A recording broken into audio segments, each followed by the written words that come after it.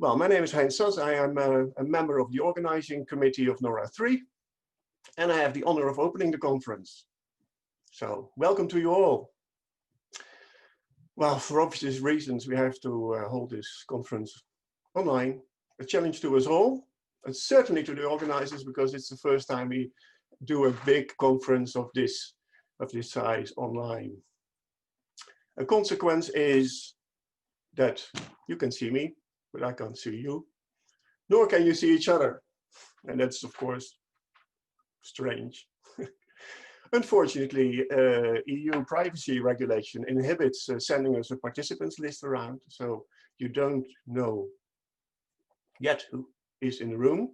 We will have discussions to show people, but you don't have a list of participants. We will make good when we have a next opportunity, maybe a next online event, and we were not able to organize it according to privacy regulation this time.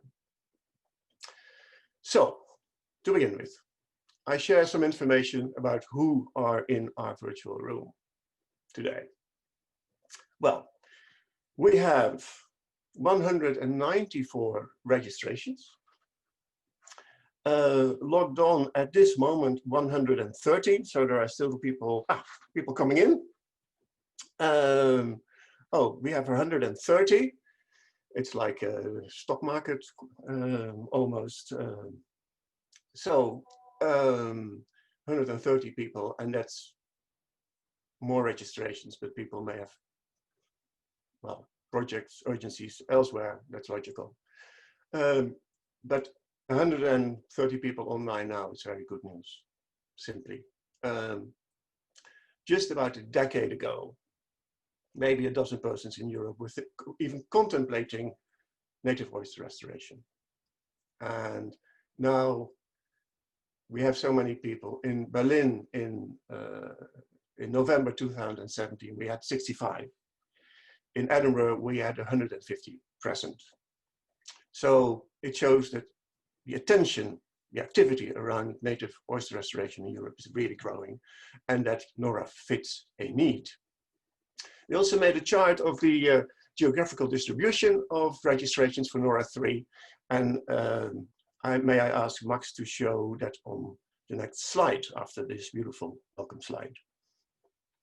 Here it is. You see there are some countries beyond Europe.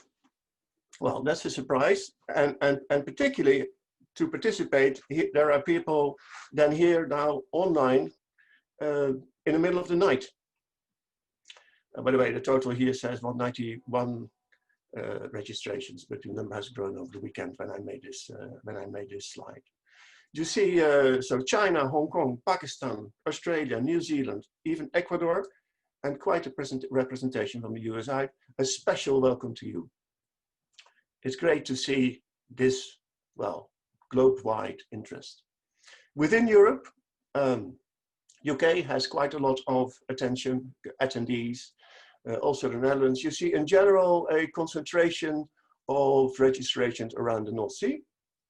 So we still have work to do because native oysters were present around all the waters around Europe. I was in Portugal recently. I found a fossil, south coast. I found a fossil native oyster there. We have no registrations for Portugal, so we still have work to do. Good thing is, for instance, we will have a presentation from Spain today. Oh, someone just came in. So that's the geographical distributions. You will see also quite a representation from Croatia, that is still very active in native oyster restoration. Okay, now just briefly, next slide. What NORA is about. The summary of our mission, of course, support the protection and restoration for ecological reasons to native European oyster and its habitat, the reefs. We just don't want the species back, but the reefs. And that's a very difficult thing to do. That's why we have to discuss it and to share experiences and knowledge. Of course, we have to do that in a responsible way, according to biosecurity and sustainability guidelines. And of course, this platform for the NORA community, of which this conference is a fine example. Next one, please. So, the platform function. The format, we have a varied program. Keynotes on fundamental issues, new projects, results of existing projects, results of NORA working groups, future perspective, calls for cooperation, etc. And of course, some discussions, but they will be limited. And the presentations will be brief. That's the online format which restricts us, because we put a full program, a pretty full program, in 2 half days. When we would do a whole day, it would simply be too tiring. But, so you can see the presentations also as advertisements, drawing attention to projects, to ideas, to calls for cooperation, so that you can exchange information with presenters also afterwards. And that's why in the abstract summary document on the website, we have contact details, email addresses of the presenters.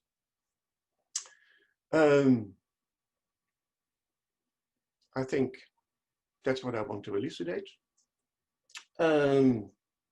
So, just thinking, oh yeah, the whole conference will be recorded and can be seen from the YouTube channel of the NORA organization afterwards. Oh yes, no, there's one more slide, of course. Who are behind this?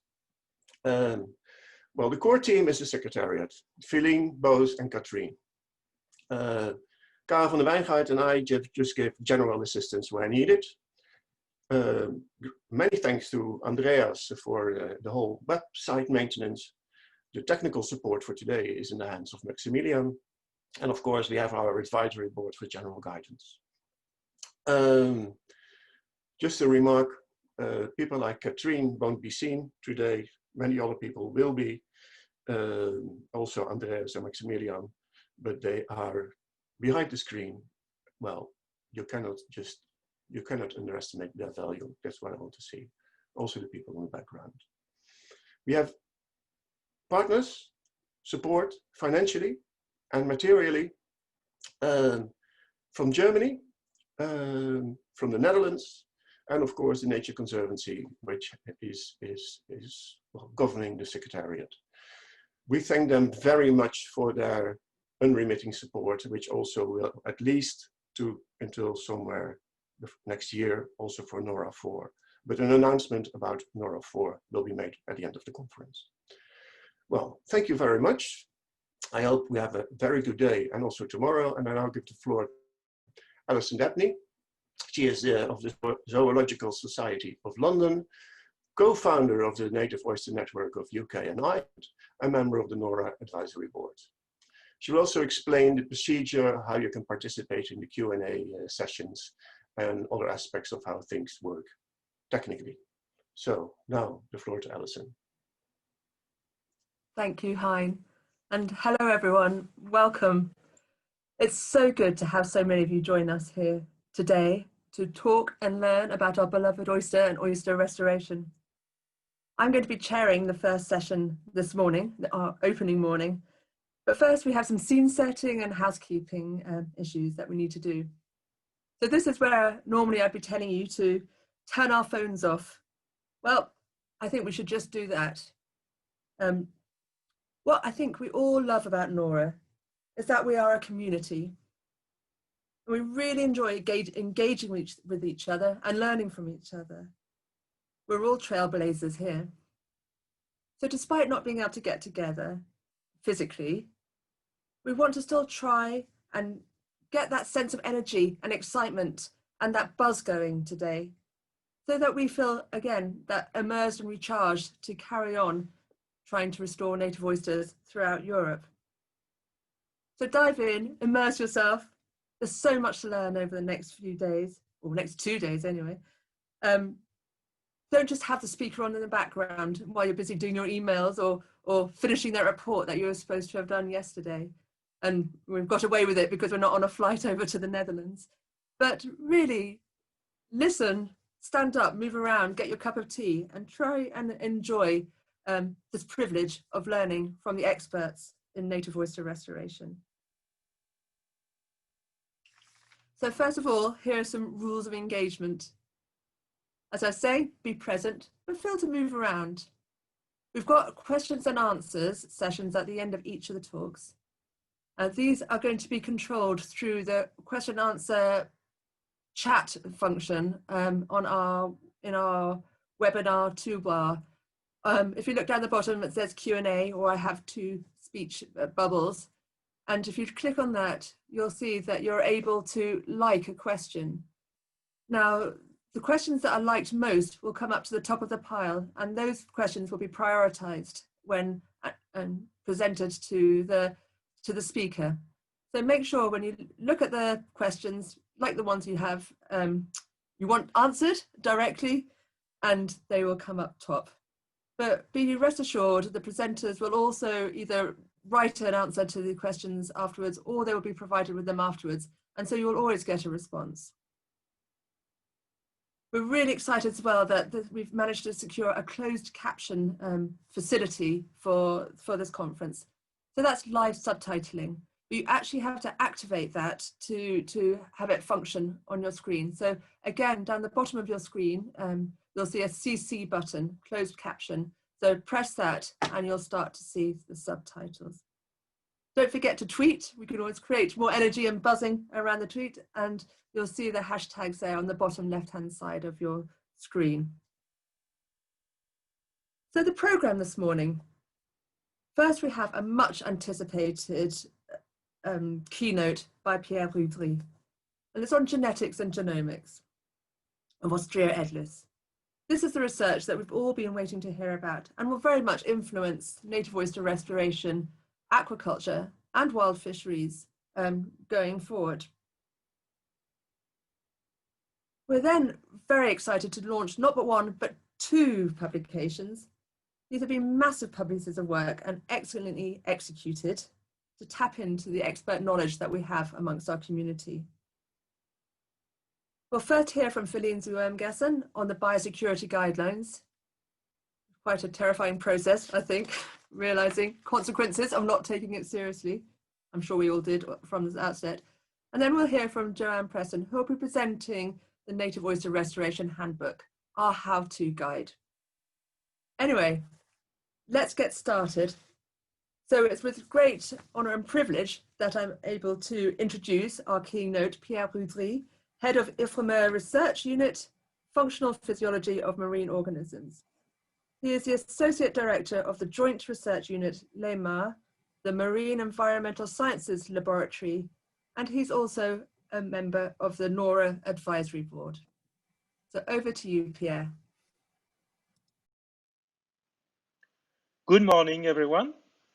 First, I'd like to thank the organizers for having invited me to present a keynote on progress and prospects about genetics and genomics with regard to flat oyster restoration.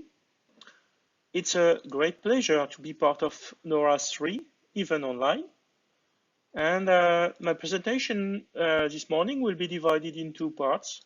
First, I'll summarize the main outputs of published research until now. And then I introduce you to some ongoing projects on this topic.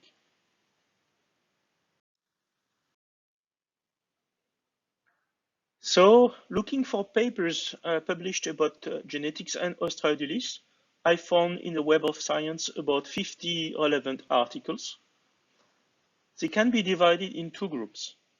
A first group of papers is about genetic markers, and they follow the evolution of techniques from the first allozyme studies in the mid-80s to mitochondrial DNA in the early 2000s, and then an increasing number of papers based on macrosatellite markers from the mid-80s, and more recently, papers using an increasing number of SNPs, SNPs. The second group of papers is about genetics of traits, and this is mainly about growth from the early 80s, and then survival and disease resistance. Some papers directly deal with selective breeding to try to improve these traits, and more recently, a few papers now try to combine markers and traits looking for quantitative trait loci, QTLs, or marker-assisted selection.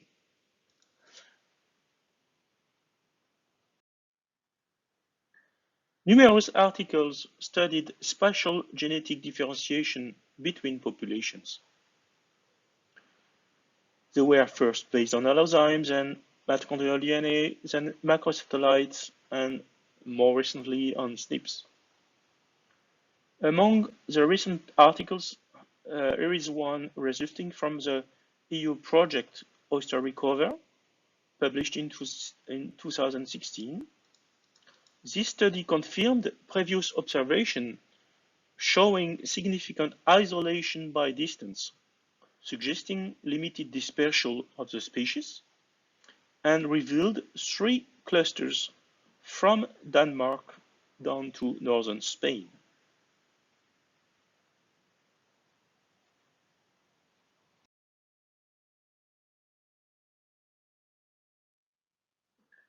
Quite many studies also compared genetic diversity between wild, hatchery or pound-produced juveniles in various situations. Some hatchery-produced juveniles were, for example, seeded in Scotland, non-native ones introduced in Nova Scotia in Canada, or used for selective breeding. These studies were usually based on a few macrosatellite markers. Most of them concluded that effective breeding size of hatchery-bred populations are much smaller than those collected in the wild, allowing in some cases to reconstruct pedigrees.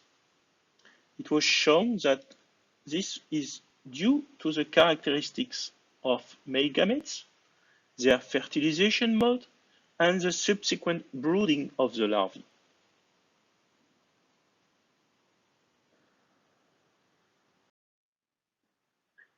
Other studies focused on genetic diversity in newly recruited cohorts compared with adult diversity. In some cases, genetic variability within these newly recruited cohorts was significantly lower than in the putative parents, leading to the hypothesis of genetic chaotic patchiness of recruitment.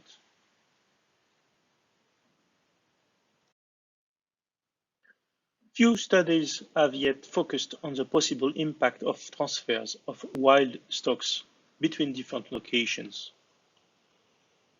Following the first study by Andy Beaumont groups about Scottish populations, a very interesting recent article based on macrosatellite markers was recently published about Adriatic Sea populations. The authors conclude that aquaculture-associated transfers of wild seed may impact the demographic and genetic characteristics of the wild populations. Reduced genetic diversity and smallest effective population size of farm-associated populations was recorded in all studied geographical regions.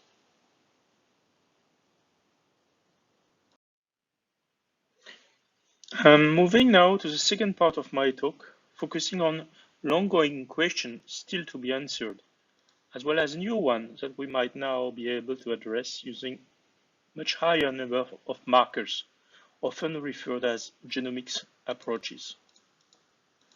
The first one is about long-term genetic impact of seeding hatchery-produced juveniles on subsequent genetic diversity and adaptability of wild populations. First, I'd like to underline the fact that tools, i.e. genetic markers, and the theoretical framework exists to estimate the genetic impact of seeding hatchery-produced juvenile on the genetic diversity in the wild. Key parameters are the effective population sizes of hatchery and wild stocks and their relative reproductive success. Modeling proposed by Patrick Gaffney concluded, fortunately, that the effect of hatchery supplementation on the effective population size of a recipient wild shellfish population appears most of the case to be minimal.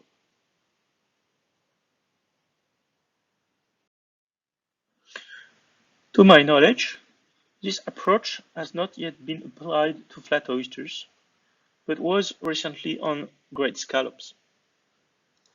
Using microsatellite markers, Romain Morvazen and co-workers showed that stock enhancement using hatchery seed do not significantly affect genetic diversity of the wild population, but increases relatedness, suggesting that the seeded individuals significantly contribute to the local reproduction.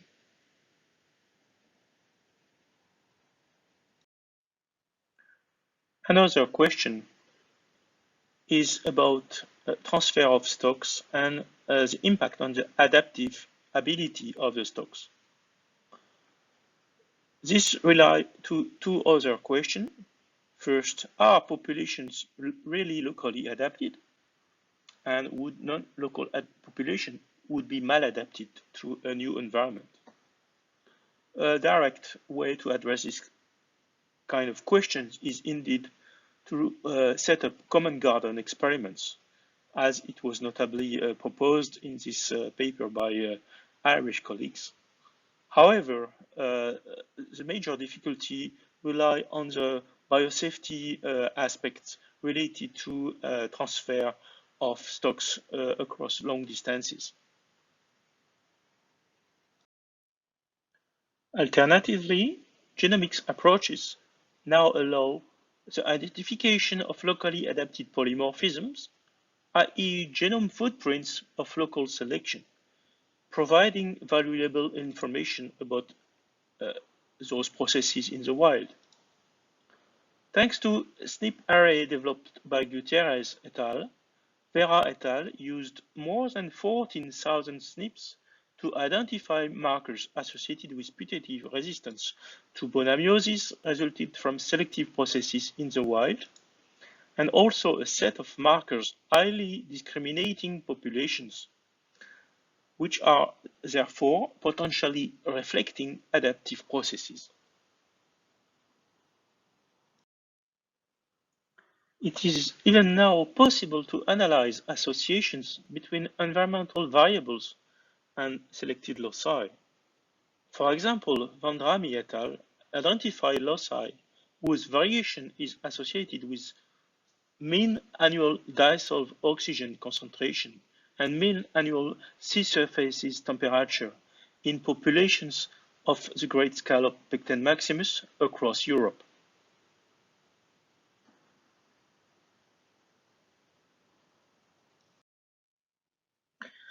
These new approaches highlight the interest to further study populations across the whole geographic range of the species.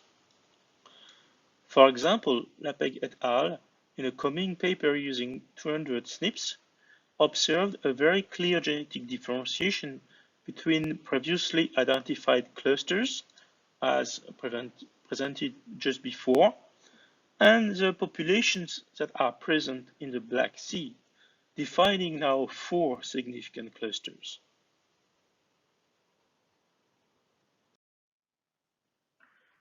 Similarly, colleagues from DTU are now studying populations from Scandinavia and compare them with those from other locations to be able to identify their specificities.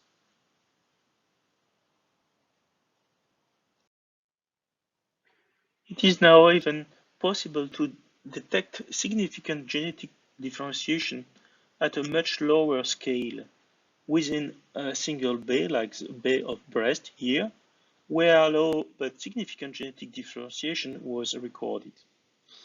Interestingly, it is possible also to compare the observed genetic differentiation between stocks and local populations with connectivity of the larvae, so the potential dispersal according to modeling of water currents.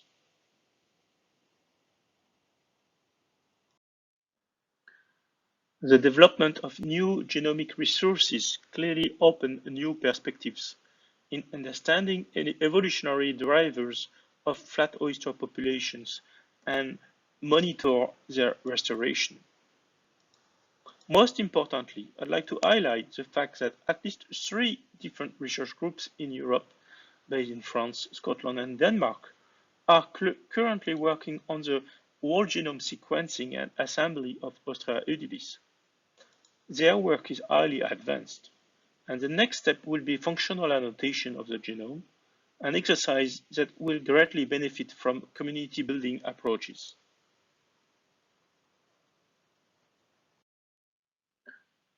Progress in genomics of Ostrea edulis are also associated with the development of breeding programs in different countries to improve growth, disease resistance, or even control of reproduction, as listed on this slide.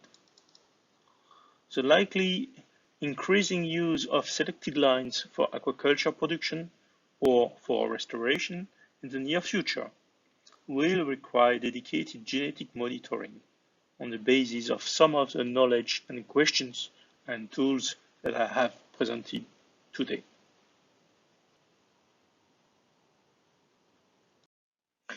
So to conclude, here is my take-home message for this keynote presentation. First, while populations are genetically differentiated, resulting from neutral evolutionary processes and also probably from natural selection, leading to local adaptation.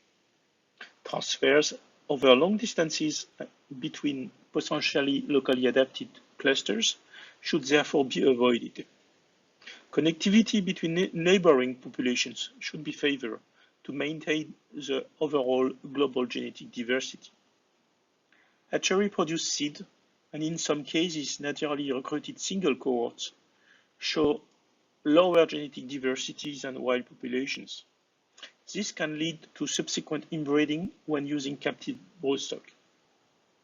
Population enhancement using hatchery seed, preferably from local broodstock, should be genetically monitored, notably to ensure their efficiency. Negative impact on global diversity is likely to be low, except when wild stock are very limited or absent. The potential benefits of using selected lines to promote the establishment of disease resistance in the wild remain to be investigated.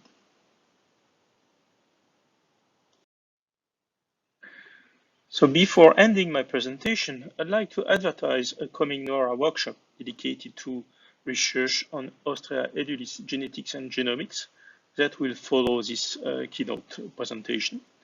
It will be held in February 25th next year. Please contact me if you would like to give a presentation during this workshop.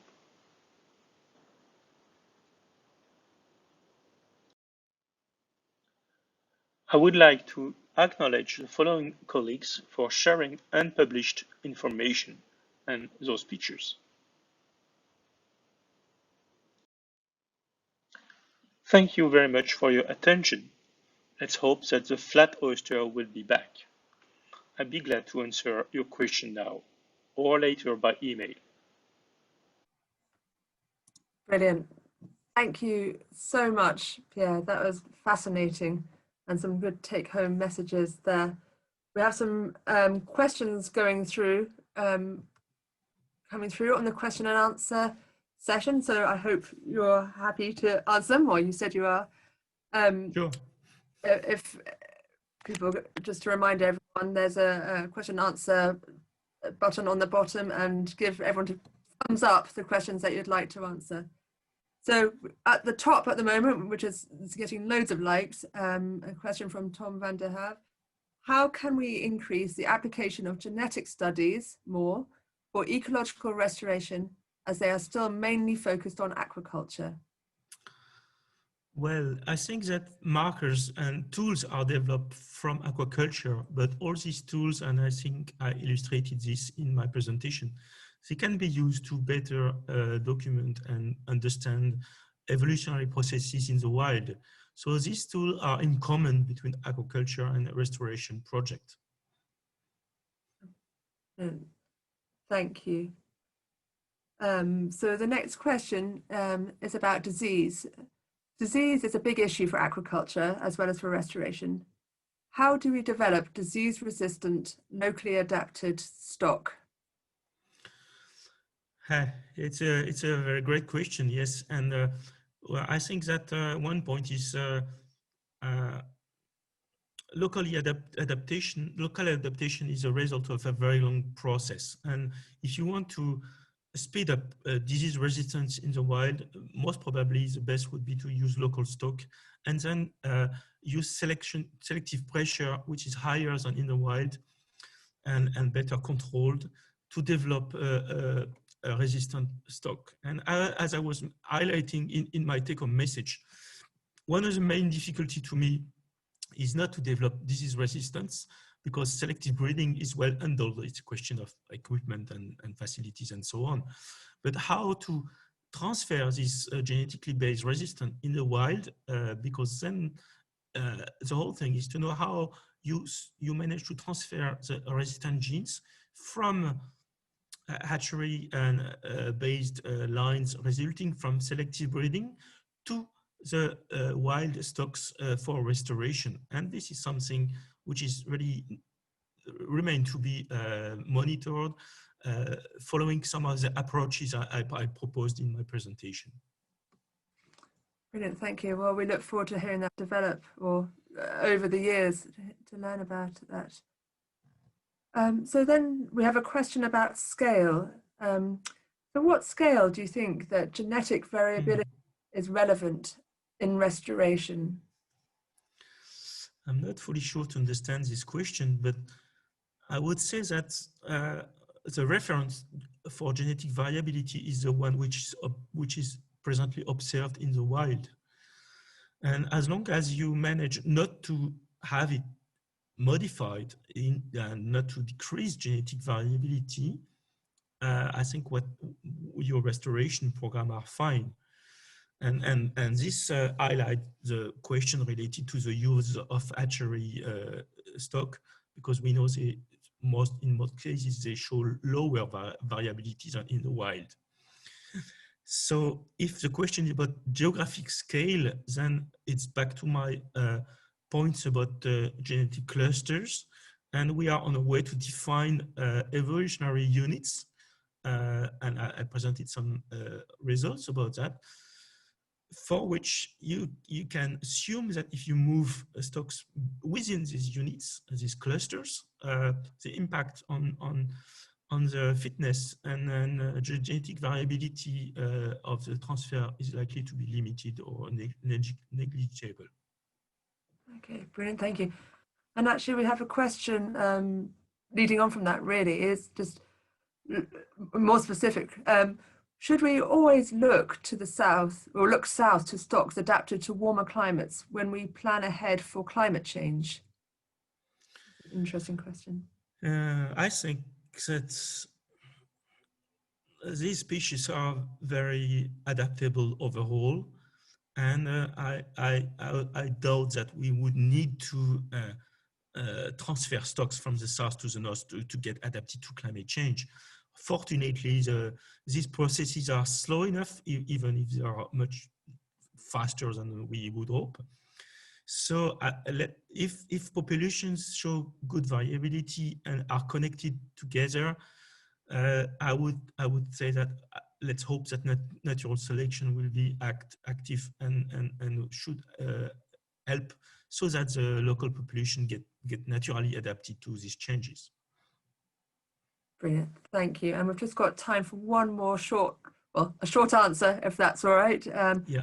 The next priority question is, given what you say, are you saying that restoration using available stocks that are from far away should stop or wait, or is use of making it what is available better than doing nothing at all? So basically, I think, should we stop taking stocks from far away for restoration and make do with what we've got? I would say that it's not the best we can do. And then decide to do this or nothing is a different question, but it's better to use stocks from local broodstock or neighbor stocks. And of course, there are also biosafety issues with long-range stock transfers. Okay, well, that's brilliant. And that's a perfect segue into our next talk. So I'll stop it there. And thank you again, Pierre. I'm sure we'll be giving you an enormous round of applause if we were together. And one day we'll get to buy you a beer for that great keynote. I long for it. Yeah, thank you. Okay. Thank you very much. And all those who ask questions will hopefully, Pierre, will have a chance to type an answer either now or later on today. Okay, so I'd like now to move on to our next presenter. I'm very pleased to be able to introduce Philine Ermgassen, who is obviously core to NORA and function today. So Philine is a member of the NORA Secretariat. But Philine has also worked with TNC to build tools to support seagrass, oyster and saltmarsh restoration and conservation in the US, but also globally. She is on the advisory board for Mapping Ocean Wealth and has developed ecosystem services models for oysters, mangroves, seagrass, and saltmarsh. Today, Philine will be telling us about the launch of our new biosecurity manual for native oyster restoration. Over to you, Philine. Thank you, Alison. I'm delighted to see you virtually all today, even if just as a name and a number. Thank you for joining us. I am really honored to be presenting this collaborative project that's been the work of many of you on the call, many of your colleagues, both from the NORA community and from the Native Oyster Network, UK and Ireland. I'm speaking not just on behalf of myself, but on behalf of the full editorial and authorship team. And that really is tens of people, so I won't read them all out, but I would like to specifically acknowledge the work of my co-editors in pulling together the many threads to produce something that, thanks to Celine and our designer in particular, looks really beautiful. And personally, I still enjoy reading it, despite having read it many times. So thank you to Celine Gamble, Alison Debney, Bérenger, Colsoul, Monica Fabre, Bill Sanderson, Åsa Strand, and Joe Preston for all of their hard work to make this happen. The presentation I'll give today will cover kind of three main points. Firstly, why did we as a community decide to embark on this voyage to produce the European guidelines on biosecurity and native oyster restoration? Then I'll explain a little bit about how we went about it, which I think is useful for understanding how NORA and the Native Oyster Network have worked to pull together these collaborative projects. And finally, I'll give you a brief insight into what is the guidelines before sharing with you the links so you can go and have a look for yourself. So why do we need to be doing biosecurity? Why do we need to understand it better in the context of oyster restoration? When we do oyster restoration, we're doing it because we wish to have a positive impact on the environment. We really want to see the return of biodiversity and a positive change. But when we move organisms, material, equipment, people around, that comes with a risk to the natural environment of bringing with it unintentionally damaging pathogens or invasive non-native species that similarly can go on to have really devastating impacts on those ecosystems we were seeking to rescue. So that was the main reason for wanting to really highlight the importance of biosecurity in native oyster restoration. But the other reason was that we were aware that there were many projects that were really struggling with even starting to think about how to go about including and considering all the aspects of biosecurity in their activities. And that's really why we decided to pull together this guide. How did we go about doing this? Well, both networks put out an open call for experts who are willing to donate their time and expertise to the process. We jointly organised a workshop in Edinburgh, hosted at Heriot-Watt University at the start of this year. It feels a very long time ago now. And the people on this image dedicated 2 days plus travel to pulling together and discussing the various aspects of how biosecurity had been addressed in existing projects. That wasn't the end of the process. It's really important to us that the material that was presented in this guide has the agreement of the wider community who weren't able to participate in that process, and especially of the competent and relevant authorities who are so important in supporting projects in achieving their biosecurity requirements. So we targeted some outreach through email, but also posted an open call on our websites and through Twitter, asking people to provide feedback. And I really want to underline that this feedback made a massive difference to the output. It really did improve it, both in structure and in the confidence we had in its quality and its wording. So we really appreciate all of those who took the time out of their already busy schedules to provide us with those insights. And we hope also that they see that their work really did make an impact. So what is it that we are presenting? This is the contents page from our beautiful guide. We start with some introductory material for those who might be new to native oyster restoration and in particular biosecurity issues relating to native oyster restoration. We then have a first chapter providing more detailed insights into diseases and pests and how we mitigate them already now. A second chapter on how the issues surrounding translocation of living oysters, both adult and spat, and of culture material, so shell substrates. And finally, a chapter on biosecurity as it relates to native oyster restoration hatcheries that are seeking to provide oysters for native oyster restoration projects. So diving into chapter 1, I mean, the real focus of chapter 1 was to provide projects with an understanding that biosecurity isn't just about translocation. It's about making biosecurity an integrated part of your activities as an oyster restoration practitioner. It's not just moving oysters and oyster shells around that is a problem. The movement of people, equipment, and boats should all be considered when moving between sites. And that should really be something that even volunteers are brought up to speed with and understood, because it's a fantastic outreach opportunity to understand these issues on a wider scale. The first chapter also digs a little deeper into which diseases are specifically problematic in native oyster restoration and gives some introductory insights as well into which non-native species to look out for and the context of how both those are dealt with actually in already existing frameworks. So the other thing that this chapter provides is an insight into the legislative obligations relating both to diseases and invasive non-native species.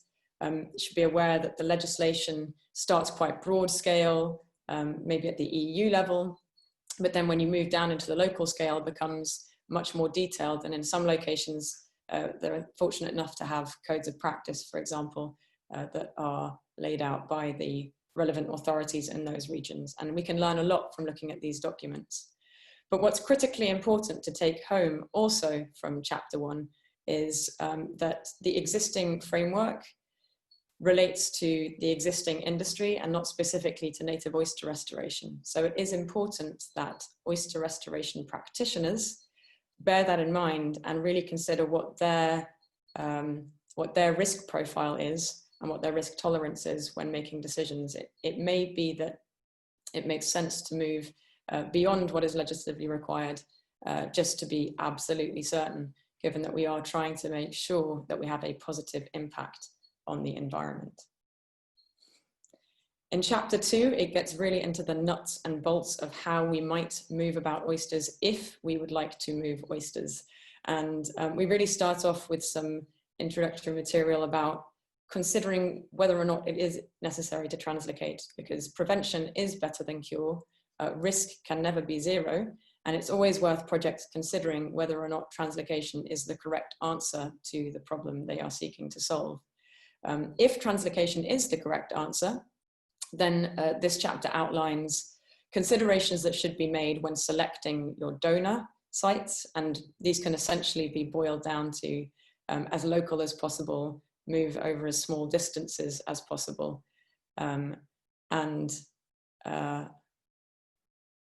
That's basically the primary, and across similar environmental gradients. And that's because if we look at the right here with the disease triangle, a disease presents, for example, not only because the pathogen is present and the host is present, but there can be strong environmental influences. So it is important that the environment is also taken into account. Once translocation has been decided, this also provides us with guidelines for how we might mitigate those risks as they arise. We describe currently trialed methods for both physically and chemically cleaning the oysters before they are moved, also for the treatment of culture before it is relayed. It is worth bearing in mind that the translocation of spat, spat is significantly more sensitive to the same things that many of the critters we are seeking to control through these measures. And so the key recommendation with spat is just not to move it far, to keep it local where possible, or just to keep it local, to avoid that risk. But what's key is that all of the methodologies that are described here, it's not that they are the answer, it's that they are a solution, but that monitoring has to take place at the project level to ensure that the methods undertaken were effective in achieving those goals of reducing the risk to an acceptable level. So monitoring the efficacy is a key part of any biosecurity process. We can't just assume we have a recipe here. We don't yet. And the final chapter looks at your guidelines relating to European native oyster hatcheries. This has kind of two audiences. One is for practitioners seeking to understand how hatcheries function with regards to biosecurity, so that they know what to look for when seeking stock, and they know which questions to ask and what is already part of the business as usual. And the second is an audience of people who might be looking to start hatcheries for native oyster restoration purposes. This chapter outlines the risk assessment process, what factors should be considered, how to draft up biosecurity measures plans, which are standard operating procedure, standard in the industry. We also outline the further required documentation. A lot of, again, this is mandated already by the relevant authorities, but it outlines nicely here what you can expect a hatchery to be producing in terms of evidence and process.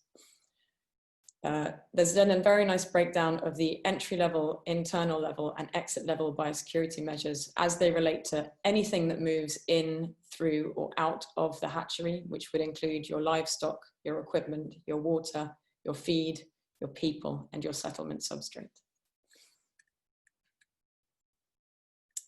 And with that, I'd just like to thank you all for listening, and once again thank everybody who contributed as an author, as a reviewer, as moral support through this process. We'd like to thank our sponsors and funders for producing this publication. And most of all, I'd like to encourage you to visit the NORA website, where you will be able to, or the Native Oyster Network website, where you will be able to download your own shiny, brand new PDF version of this report.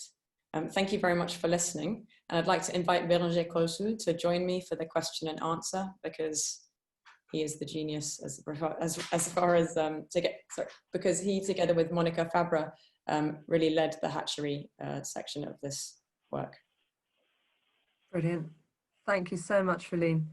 That's great. If we have Bérenger join you on the panel, that'd be great. So if anyone has some questions, if you can start typing and start liking them. So here's one just to open you up. Have we got Bérenger there now? Yes. Good, great. So the first question is, how do the biosecurity requirements differ between hatcheries serving the aquaculture community and hatcheries serving restoration? Bérenger, do you want to warm up and have that question to take it? Yes, I can start to answer the question. So the guidelines we've made here, this chapter within this guidelines, It's really the goal is for, well, the aim is hatcheries for restoration. And for ecological restoration, we have certain needs that does not have aquaculture, for example. So it may be differ that we want to have some oysters without certain pathogens, for example, or without any colonizers, for example, on the broodstock. And for aquaculture, it depends in which case you are working. Of course, you don't want any pathogens. But if you are, for example, in an infested area of pathogens and you have a hatchery producing there, for example, you don't really need to make an extra pathogen-free spot, as an example. Okay, brilliant. Thank you. I have a question, question, Philine, perhaps you can answer, and then we'll go on to Emily's question. Obviously, as we were saying, there is very hard. Well, first of all, let's answer with Emily's question: can there ever be zero risk, Philine, on biosecurity terms? The answer is no.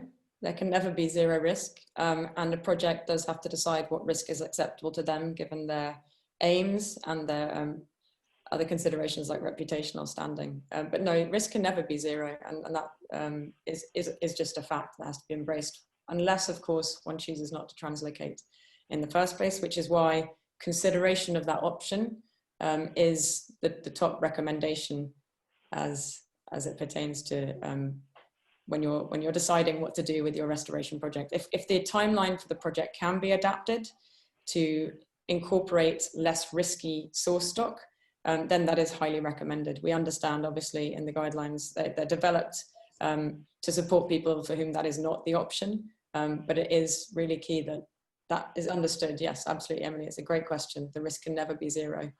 And it is really important to work with the competent and the relevant authorities to ensure that that risk is as low as possible and that everything that is undertaken is legal. I mean, there is already a very strong legal framework around issues surrounding disease in particular, but to some extent also invasive non-native species. So it is really important that at all times the competent and relevant authorities are kept informed of any planned actions, and they should really flag anything that seems too risky from their perspective, but a project should also consider what is too risky in terms of their own profiles. Brilliant, thank you. We have a question about disease tests, Bonamia. So how can we make disease tests, e.g. for Bonamia, cheaper to apply them more large scale to restoration projects? Or can we arrange European funding for these disease tests? I think that links to another question about scale of, or costs within a project, and perhaps doing gold standard biosecurity, how that cost might become burdensome for the project. Bérenger, do you feel like you could answer that, or should I hand to Celine? Tests How to and make disease biosecurity. tests cheaper? I'm not sure if I have the answer for this.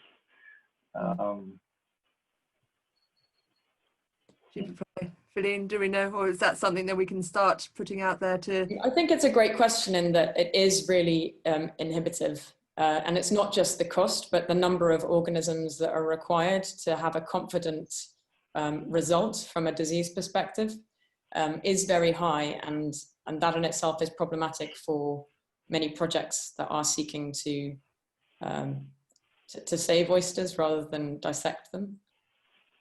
So it is clear that it would be fantastic if there were other methods. That said, there are accepted methods which we know work, and it's always a balance between what is legally accepted and well known to work, and developing new methods that might be more sensitive. You might be able to screen more organisms. That is a balancing act. And I would urge projects to seek the advice of disease experts. They They are all listed in the guide. You can go to the IOE website and find out who your disease experts are in your region. And it's the kind of question you really should address to them, because they'll be able to give you far better guidance. I would like to highlight that I think it's definitely the methods, the way to make it cheaper.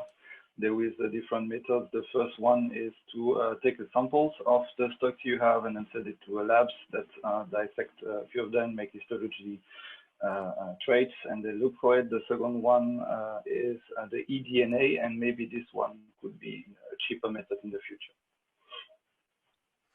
Brilliant.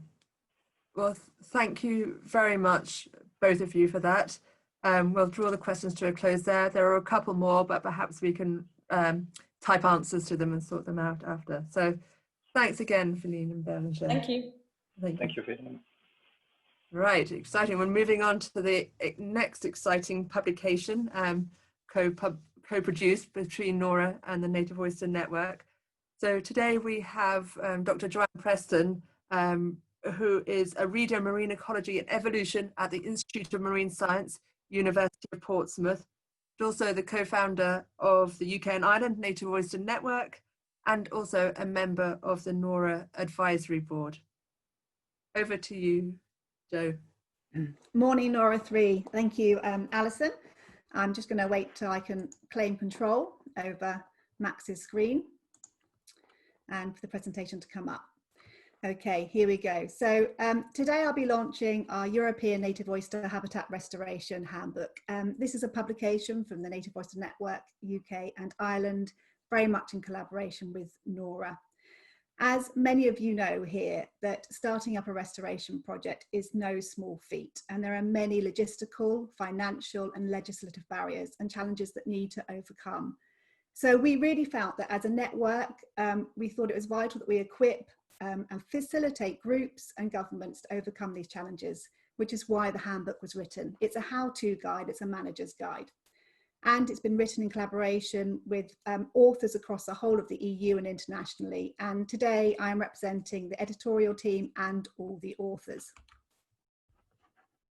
So first of all, I want to give you a bit of heritage and overview, the international context of this handbook. And there's the parent manuals are the ones from the US, both Bramber et al. 2006 and Fitzsimmons, and based along the standards of ecological restoration. And we felt that many of these guides are both based on 20+ years of restoration, but mostly for Crassos virginica. And we really needed a species-specific guide for Ostrea edulis. And so we went about in a similar way to the Biosecurity's handbook, taking online webinars for most of the chapters, and also the 2-day biosecurity workshop. And this was to capture the knowledge and experience in the network and identify the scope and the shape of the publications that are useful to practitioners. So what is the aim of this handbook? The aim is fundamentally to provide practical guidance on the restoration and conservation of native oysters and their habitat. And it has a specific legislative relevance to UK and Ireland, but also it has relevance across the species biogeographic range. So I'm hoping it will be useful to you all out there across Europe. So here it is. We think it looks very beautiful. And the target audience is not academia. The target audience is the restoration ecologists, the restoration practitioners, and as a guideline for government and NGOs. And it's available on both the network and the NORA website. There's one of the links here. It's been commissioned by the Environment Agency and co-funded by the Environment Agency and EU Life. So this is a quick overview to navigate the handbook, and I'll just go into a bit more detail each chapter in the next few minutes. So we start off with an introduction, and then chapter 2 is all about getting started. This is the meaty chapter about project planning, permitting, licensing and funding. Then we give advice and techniques about restoration in practice. How do you actually do it? Then there's chapter 4, biosecurity and native oyster restoration. And lastly, but not leastly, how to engage with the public and communicate the need and reality of your restoration project. It is not an academic publication, and therefore throughout this, speeding ahead, throughout this, we've taken the references out. for accessibility and flow, but at the end there's key references for further reading. So this is a format of the handbook, and at the beginning of each chapter, as well as the chapter authors, we have the key summary points.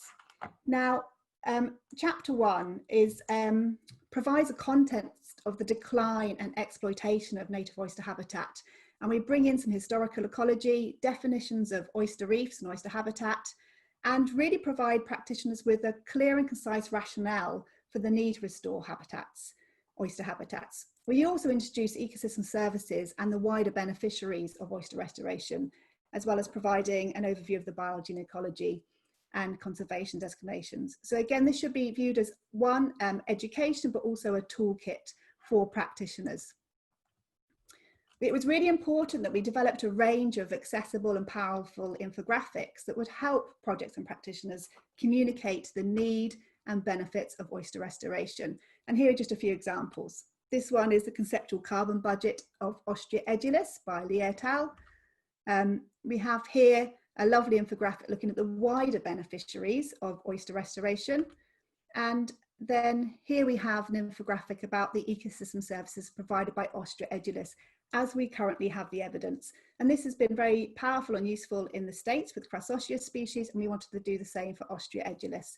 Of course, the evidence is still building for some of the ecosystem services and functions.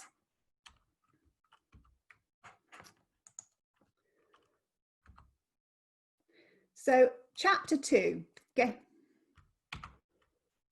a bit feisty. Chapter 2, getting started. This is basically all the things I wish I knew. Someone had gathered all the information in one place 5 years ago when I started out with the Solent Oyster Restoration Project. And again, we provide some really useful tools, such as the infographic of the timeline. But what we've done is incorporated all the Society of Ecological Restoration, international standards and practices, and promoted this goals and objectives based approach. We provide really clear help with feasibility studies and site selection, provide biotic and abiotic habitat characteristics. There's a comprehensive section on planning and licensing for UK and Ireland, which is very onerous. And as with the whole of the handbook, there are a lot of case study examples to show how this has been put into place. We really promote that people engage with stakeholders right at the beginning and give guidance on funding.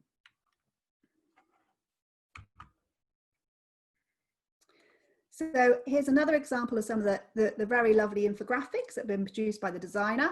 And this is a flow diagram decision-making tool helping people make decisions around feasibility and site selection, with the dark boxes being important questions, these ones, this colour here, important actions to take in response to your answers, and this is guidelines for appropriate restoration actions. And also we provided guidelines of how to set your restoration target or reference system, and that's where the recovery rule takes precedence there. So chapter 3, restoration in practice. So you've done your planning, and this chapter provides information on all the techniques that can be implemented to achieve restoration success. Now, we have purposely taken a stance to promote an ambitious approach to encourage scaling up of restoration, but it also includes examples of techniques across a spectrum, so small scale, pilot and community projects as well. So it provides a whole load of information on sourcing oysters and deployment techniques. And what we've done is we've condensed all this information into tabulated overviews of the different methods available and their benefits and considerations. Chapter 4, so that was a quick transition in, but chapter 4, here's just a pretty picture that Philine has just presented. The chapter 4 in this handbook is a slimmed down summary of the European guidelines on biosecurity in native oyster restoration, and just brings out the sort of key considerations associated with translocations of oysters and cult and biosecurity guidelines. And again, we emphasise the responsibility of the practitioners to consider disease and invasive non-native species above and beyond mandated regulations if necessary, but also just to consider biosecurity as an integrated part of restoration practice. And biosecurity is embedded throughout the whole of the handbook. Okay, so chapter 5, this is public engagement communications. And last but not least, of course, it provides some fantastic help on this vitally important element. Provides guidance how to develop a communication plan for your project, a range of different communication engagement tools, and which ones are useful for different outcomes you desire. It provides examples of different outreach for both community and education, and also importantly, how to monitor the success of your research. And I'm going to very delicately click, hopefully we can have then the very important slide. I want to say a huge thank you. This was a massive collaborative writing effort. An enormous shout out to all the authors listed here. I'm not going to name you all because it'll take most of the 10 minutes. A huge thank you to the funders, collaborators and contributors. This was commissioned by the Environment Agency, funded by EU Life, but fundamentally John Ellerman, thank you, because without John Ellerman Foundation money, we wouldn't have a network. I'd also want to note the really important role that the steering committee played in this. Oliver Tully, Cass Bromley, Mark Duffy and Rob Whiteley, Philip Stewart and Ben Ray from all the different national and EU organisations down here. So thank you everyone for listening. Please go and download it. I hope it's useful. Please go and use it and share it. Brilliant. Thanks, Jo. It was indeed a massive effort and very collaborative. I've learned so much in the process of putting the document together, how a collaboration should work, and how to produce a great report that represents the sector well. It is available, I think, for everyone to use and to build on, so going forward. So we have a few questions for you lined up already, if that's all right. Emily sends a big round of applause for the amazingly handsome guidelines. What part of the, but that's the nice bit, the challenging bit is, what parts of these guidelines are you least confident about? Or if we update the book in 10 years, which parts might be very different? So good question again. Well, I think the thing that I hope is completely different are the case studies we could pull on. At the moment, you know, a lot of the work around Europe, and we were taking case studies across Europe as well as UK and Ireland, you know, are still at the pilot level. It's not massive coastal restoration, even though we have that ambition. So the big thing I hope is different in 10 years is we can report on massive case studies and all the measurement and monitoring of the success or failures and learn from those. I hope that's the big difference. Brilliant, thank you. And how applicable do you think the guide is to the whole native range of the European oyster? Are there any, well, I'll let you answer that and then I'll have a follow-on question to that. Yes, so obviously we have there's some elements of it, like the legislative and licensing sections are specific to UK and Ireland, but not entirely, because we do cover European policies in there. But apart from that, it is completely applicable across the biogeographic range, and we've included that in the ecology, the historical ecology, the biology, and also the getting started chapter particularly would be relevant for any location which is suitable for Ostrea edulis. Of course, there are knowledge gaps. There's knowledge gaps about the wider beneficiaries of oyster restoration, because we haven't collected the data yet. We haven't got all the information on the ecosystem function and services of restored habitat, because we haven't done it at scale. But hopefully give you guidance about how you'd start doing that, and Alison will be talking a bit more later on about the monitoring handbook we'll be developing. Brilliant, thank you. You answered my next question there, but we have one from Hein, and he's wondering, does the handbook apply to offshore environments as well? Well, yes, it does, yes, in terms of many elements of it. For example, even in the licensing and planning section, I've put legislation for offshore and inshore. The habitat suitability characteristics, ABOT and biotic, were actually based on Luca's work and the offshore wind farm work in the Netherlands, which he incorporated into that. So we've wanted to give fundamental guidance on how you do restoration projects in sort of at any scale and in any location that's suitable for oysters. So I think there will be things of use for you if you're looking at offshore work, and we do give some case studies of that also. Brilliant. Another question here. Can this product be built on in coming years through further contributions from the NORA community? Absolutely. So there's never a perfect time to write a handbook like this, and we very much view it as a living document, and really hope that it will be built on and expanded and improved, and we'll be soon writing, maybe not too soon, it's quite a lot of work, need to get over this one first, but we'll be writing in maybe 5-10 years a manual that takes in consideration the huge large-scale restoration projects that have gone on and that we've learned from. So please view it as a NORA publication to be used and developed and adapted as we see fit. Brilliant. And then I think it's similar, it's lessons learned question. Is there any other benefits you could share from the process of composing a locally, regionally specific guide, aside from the people that use it? Has it, or could it be helpful in influencing policy and decision makers? I think it's a really good question. Thank you, June. So one thing we did, obviously the UK and Ireland is fairly governmentally, politically, legislatively complex. And there's one map that I built with all the different licensing for all those 4 nations and EU country.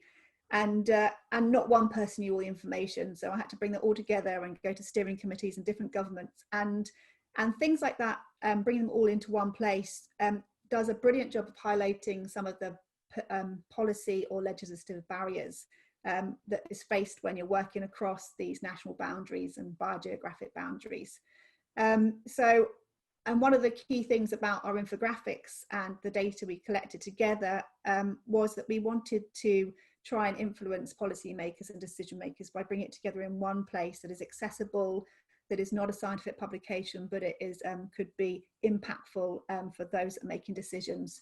I think one of the things I'd really like to say is the benefit, just the process alone, bringing all those different stakeholders and governments together in discussion as well as input from EU, I think has been a huge educational experience for the steering committees and the stakeholders as well as us. And so it has a purpose beyond just a publication in bringing different people, policymakers and stakeholders together and communicating in a way that they wouldn't have otherwise done because everyone's too busy and trying to work out their own issues in their nation. Okay. Well, that's brilliant. Thank you. Well, I think that's going to draw the morning session to a close now, Jo. So I'd just like to say a massive thank you and a massive congratulations for leading the process of producing this handbook. I think we very much feel like it's, as you said, a living document, but which will provide foundations for other regional projects to do a similar thing. So thanks again to all the speakers this morning. We have we have a 12-minute break now. We request that you leave the webinar running whilst you go and refresh yourselves and grab whatever you'd like to grab. And then we look forward to seeing you again at 11:20 or 10:20 GMT. Oh, no, 12:30. Sorry, I've just shortchanged you. We'll see you in 10 minutes. Thank you. Hello, everyone. Welcome back after this break. I think we all missed the exciting exchange of coffee breaks at live conferences, but NORA 3 is an online format and we will make the most out of it. I think you agree it was already a fantastic morning on this opening day, and it's a great pleasure to have you all around and for me to chair the next session for you. We will now continue with Alison. Alison Debney is with the ZSL, the Zoological Society of London. She is co-founder of the UK-Ireland Native Oyster Network, and she is member of the NORA Advisory Board. Alison will now present the progress on the monitoring guidelines, and her presentation will be followed by a question and answer session. Alison, the floor is yours. Thank you. Thank you very much, Bernadette. Well, today I'm going to be sharing with you the outline of the next in our series of publications. And this is the Native Oyster Monitoring and Assessment Handbook. Again, we're working between the Native Oyster Network and Nora collaborating on it. And we hope this time this report will be very applicable across the Ostrea edulis range, so throughout Europe. So the purpose of the publication is to make recommendations for the metrics and methodologies to facilitate monitoring, reporting, and evaluation of native oyster reef recovery through Europe.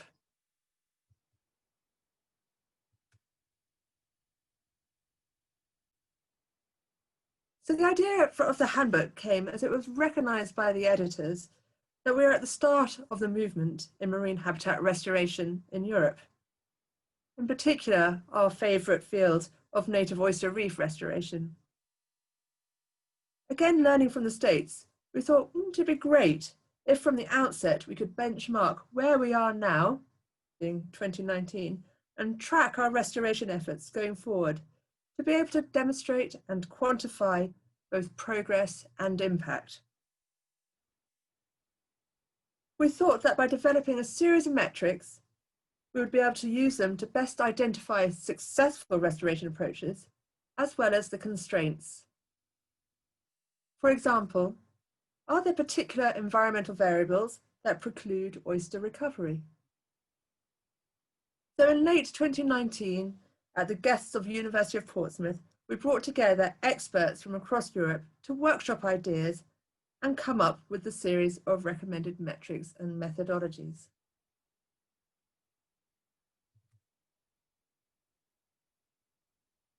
Just to recap, the purpose of the manual is to develop a series of metrics and the associated methodologies to measure and report on the effectiveness and success of oyster reef restoration activities, inform ongoing adaptive management of existing and future oyster reef restoration activities, and provide a coordinated and rigorous platform by which to compare, contrast, and report on oyster reef restoration projects across Europe.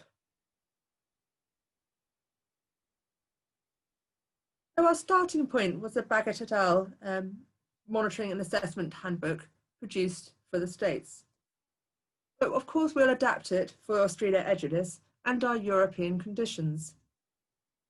We also had great input from Simon Reeves from TNC, who came from Australia to share their experience of similarly putting together some metrics to monitor restoration progress down under.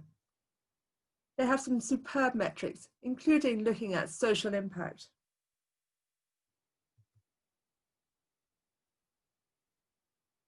At the workshop, we agreed a series of monitoring metrics.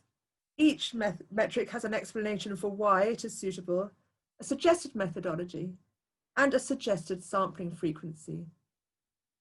We agreed 4 categories: universal metrics, those metrics that every project should measure as standard; universal environmental variables that are essential to measure; ancillary monitoring metrics, good or useful to know but are not essential; and restoration-based goal-based metrics. These are metrics to measure the impact beyond the direct footprint of the oyster reef. So just to draw out the difference between the universal and ancillary metrics. The universal metrics are essential for the long-term understanding of performance and for comparison between sites, whereas ancillary metrics are more detailed and may be desirable at many sites, but basically not all projects will have the capacity to measure them, and as such these become less essential.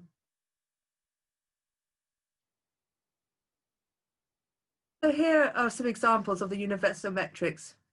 Perhaps when we present this in a year's time, we'll have some beautiful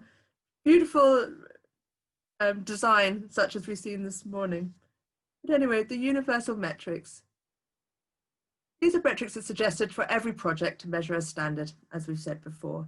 And they include things such as project footprint, the total area of restoration, but also within that oyster reef area. What is the exact quantification of oyster reef that has been restored or created. We have reef bed or height, culture cover, and oyster density. You can see here we have an example of using quadrats to measure that, but that might not be suitable in all projects because you might not be able to send scuba divers down. So alternative methods will be suggested. And now we have the universal environmental variables, and these include the basic parameters such as temperature, salinity, dissolved oxygen. We also have depth, but that was debated whether that's a project description or a necessary variable to measure. I think the latter. Moving on, we have some ancillary monitoring metrics, those that are really interesting, fascinating to know, very important for the projects, but are not essential to measure a standard because not all projects will have the capacity or the finances to do it. So these include things like invasive non-native species. We heard the importance of that this morning through the biosecurity, sex ratio, gonad development, larval settlement.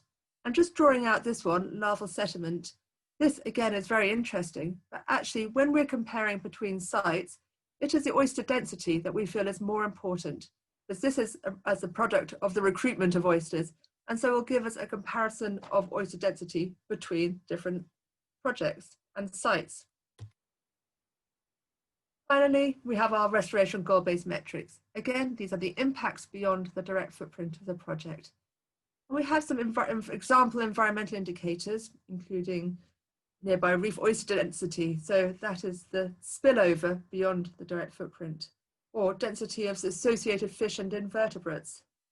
But we have also included some social indicators, the number of jobs created in the making of the oyster reef, or the number of school children that have been engaged with or received formal education through the project. So, despite starting this manual or handbook first, it was usurped basically by the restoration handbook and the biosecurity one. So it's time to pick it up again. We'll have a workshop towards the end of November to run through the progress to date, identify gaps, and coordinate action. We will then invite authors to contribute to the designated sections, and we will look to complete the report for late spring with a plan to launch at NORA for next May. Fingers crossed we can all be together. So I would just like to say thank you and ask any questions, but also to invite people, anyone interested, to be involved in the next section of the next publication process of writing it. Start again, process of writing the next publication, to get in touch. Okay, thank you.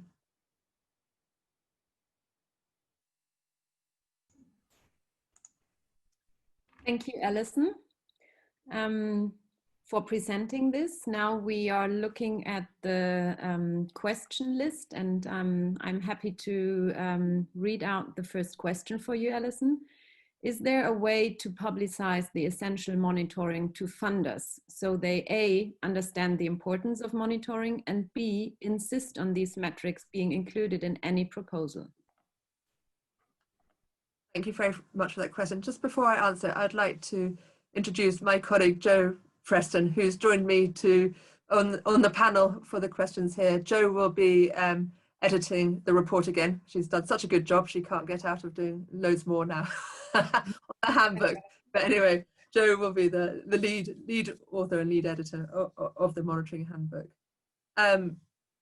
That is a good question, because monitoring is expensive. And it's time consuming, and it takes a lot of people to do, and it is very challenging to get funding for it. Many funders like to have the impact and the tangible outputs, but having the science behind it and the monitoring behind it is a different matter.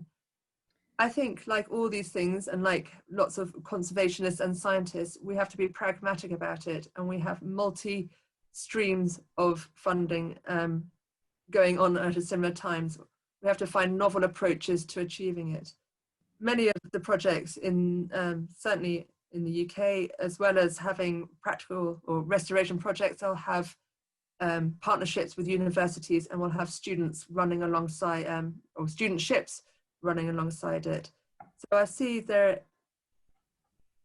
sort of multiple ways we can approach it. It'd be great if funders would pay for it, but if not, let's be practical and see what relationships we can form with master students or PhD students, so that we get an annual, well, a year-on-year ability to monitor these standard and desirable variables, so that we can build up a long-term picture.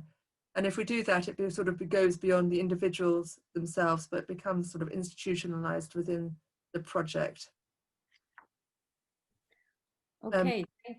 Yeah, Alison, you want to continue, or? Just with the effect to engaging with society, I think we saw some great examples of amazing infographics coming out of the presentations this morning. When you get some numbers, it's a very good hook to get the press interested in society. When we can say 1 billion oyster larvae were released this year, you know, people like numbers. So I think it's a great way of engaging society as well as press. Okay, thank you, Alison, for that answer. And it's quite a nice follow-up here. This question: is citizen science a good approach to monitor restored oyster reefs when project budgets are very low? Also to engage society when they are not in favor of restoration? I'd say this was a brilliant way to utilise community engagement and willingness to monitor oyster restoration projects, particularly when the budget just isn't there. And I think with the vision for this handbook is to allow different levels.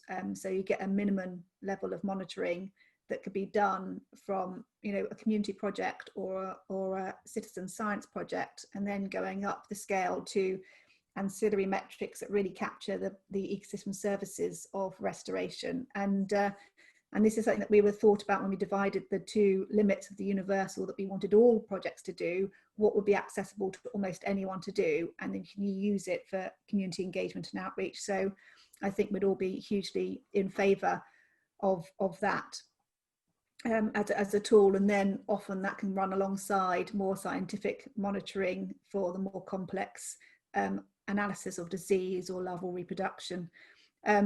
I just want to pick up on a question from Hein Sas about shouldn't larval recruitment be monitored in all projects? In an ideal world, yes, but the effect of larval recruitment will be more oysters, and that's so why the universal metrics ones that will actually capture the success of the restoration without sort of having to do the scientific technical aspect of monitoring larval recruitment. So. All right, thank you, Jo, for answering that question. And then we have a question from Sylvie Lapeg in France. What about monitoring genetic diversity through the years? I think I'll hand that one to Jo because that's her bag as well. Yes, I think, again, this is quite expensive still. And I think that one thing that we could do as a network, there's already some fantastic projects going on in Inframare and the Roslin Institute and other countries, that is probably better if sometimes samples are sent from projects around Europe to centres that are already looking at these large scale projects as one way of doing it. I think if you're monitoring genetic diversity, it's essential if you're looking at hatchery production. And it is something that we need to know how the genetic population structure is changing as a result of population structures. But I just wonder whether this is something that should be a collaborative approach, maybe with the institutes that have the real expertise that restoration projects can collaborate with.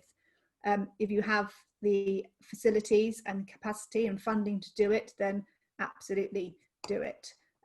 But I wouldn't want that to be prohibitive of people going, I can't do restoration because I can't look at the genetic diversity. I mean, a lot of the recommendations we put in both Biosecurity and the Restoration Handbook are there to try and make sure that the techniques used will maximise either local adaptations or doesn't do undue translocation. So in a way, we're trying to sort of help support that process through other recommendations also. Okay, and then we have another question, and this is maybe also an interesting suggestion for the two networks. Is a platform foreseen where we share the data of the different projects? Yeah, I think that is a great idea, and it's actually something that Jo and I tried to start at the beginning of Native Oyster Network UK and Ireland. We set up a questionnaire to basically capture where we were back in 2018 in the UK, and sent a series of questions and to collect data from all the projects that were then. Life's got a bit busy with all the manuals and things going forwards, but we need to pick that up, and we would love to do that across Europe. So I think it'd be a great, and it might even be a working group for Nora and Non about how we create that data sharing platform that can be accessed, obviously for science, to progress the science as well. Okay, Karel asked another question. Are there already any examples from existing projects of monitoring the broader metrics, the ecosystem services? Yeah, I think several projects are already doing that. We are in the Solent, and I know that I think in other places you are also doing that. And I think this is really key, this sort of ancillary extra additional metrics. If we can measure the ecosystem services and also the ecosystem functions provided by restored oyster habitat and the comparison with the baseline, then this is enormously powerful for moving along perception of what restoration can do. It's important for policy, and it's also important for engaging the wider public with the need for restoration. So very much in this handbook, we'll be including metrics that will measure ecosystem functions, such as biodiversity, and also services, as for those projects that have the capacity to do it. Okay, and maybe the last question for this session, there is also a suggestion. How about considering a timeline in monitoring, for example, common metrics in year 1 and 2 and broader metrics in year 3? I think that, yeah, I think within the methodologies, we're going to be suggesting frequency of monitoring. I think some of the essential ones, the standard ones, you know, ideally would see them continuously running throughout, because it's those long-term trends, I think, that you start getting the big picture. But I think then, as when you get the funding available, if we can convince funders to pay for it, I think any additions that we can add on would be amazing. And so I think it's about managing budgets for that rather than managing frequency or timelines of sampling regimes. And some metrics need to be done at the end and the beginning, and all project needs to make sure there's a comprehensive baseline survey, because, you know, we can't actually show, and where possible, a control, because otherwise we can't show the effect of the restoration if we haven't got things to compare it to. So yeah, I think that the frequency is often determined by the objectives we want to achieve with our restoration metrics. All right, thank you so much, Alison and Jo, and we look forward to this additional guide. We are now approaching the exciting next session, presentation of new projects. We will have 8 presentations, and please be aware that there will not be a verbal question and answer part for this session, but please feel free to type questions in, and speakers will answer them via the Q&A box function. We will share the question with speakers after the sessions for them to follow up. And now it's my pleasure to introduce Celine Gamble for the first presentation. And Celine Gamble is also with the Zoological Society of London. Celine. Hi, my name is Celine Gamble, and I'm a project manager based at the Zoological Society of London. The Wild Oysters project is a new UK-based oyster restoration project launched in June 2020, developed as part of a new collaboration between the Zoological Society of London, the Blue Marine Foundation, and British Marine. And we've recently secured £1.18 million of funding from the People's Postcode Lottery's Dream Fund. And I'm very excited to be here today introducing the new project here at NORA 3. And I'm of course presenting the work that's been carried out by a large group of people working on the project, and absolutely delighted to be representing all of those here in this presentation today.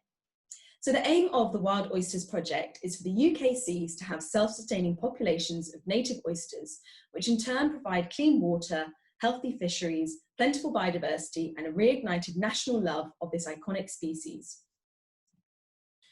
So to work towards achieving our aim, we're catalysing rehabilitation hubs in 3 locations around the UK.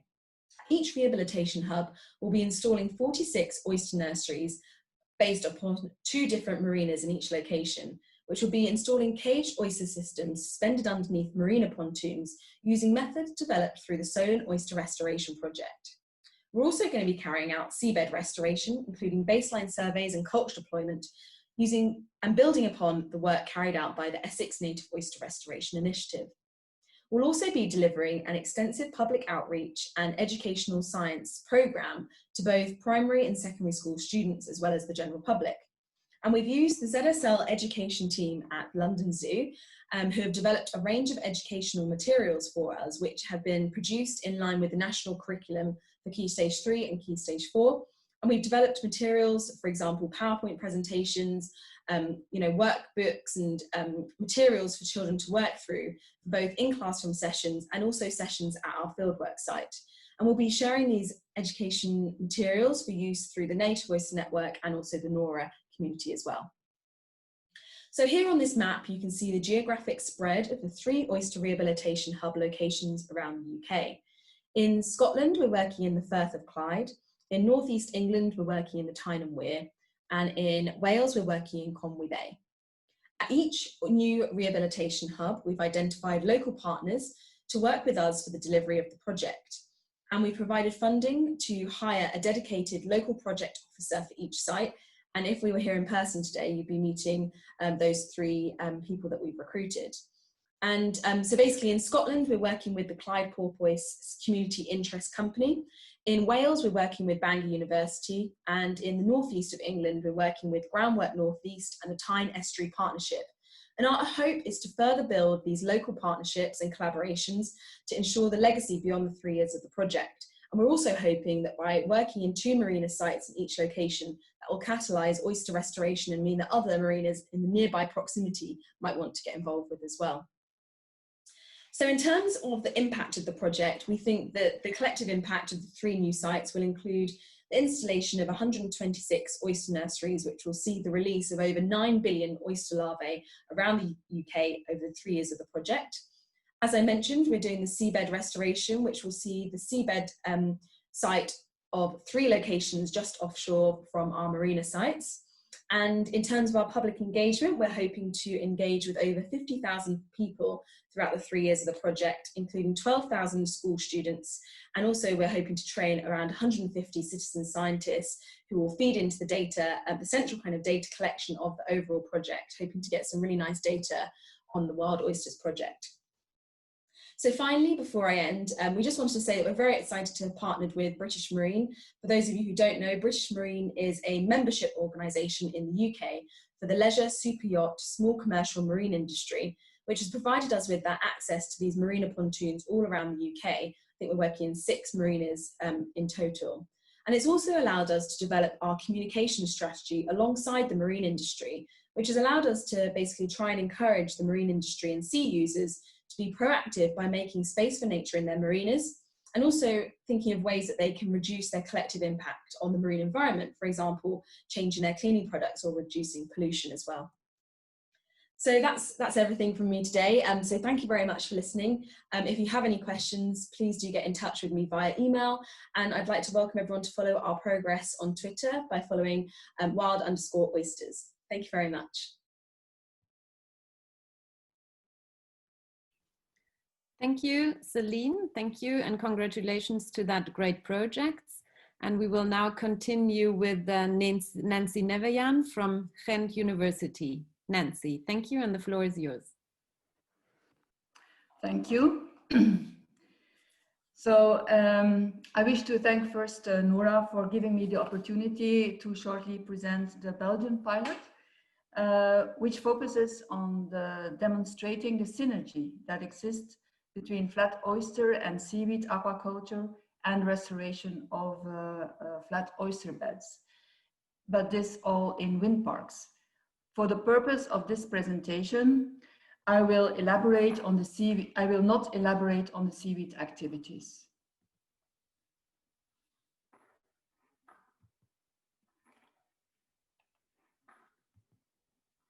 I'm trying to move, yes, okay.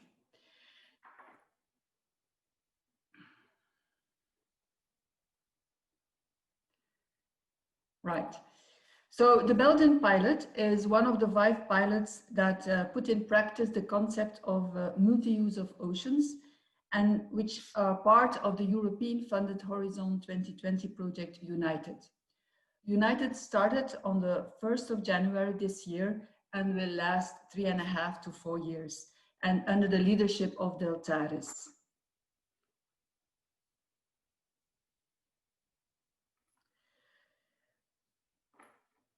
It's moving very fast indeed.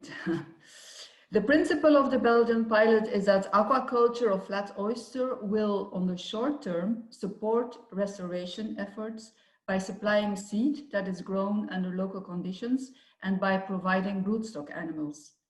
The aquaculture facilities are deployed in a wind park, hereby taking advantage of the fact that no boat traffic is allowed inside the parks.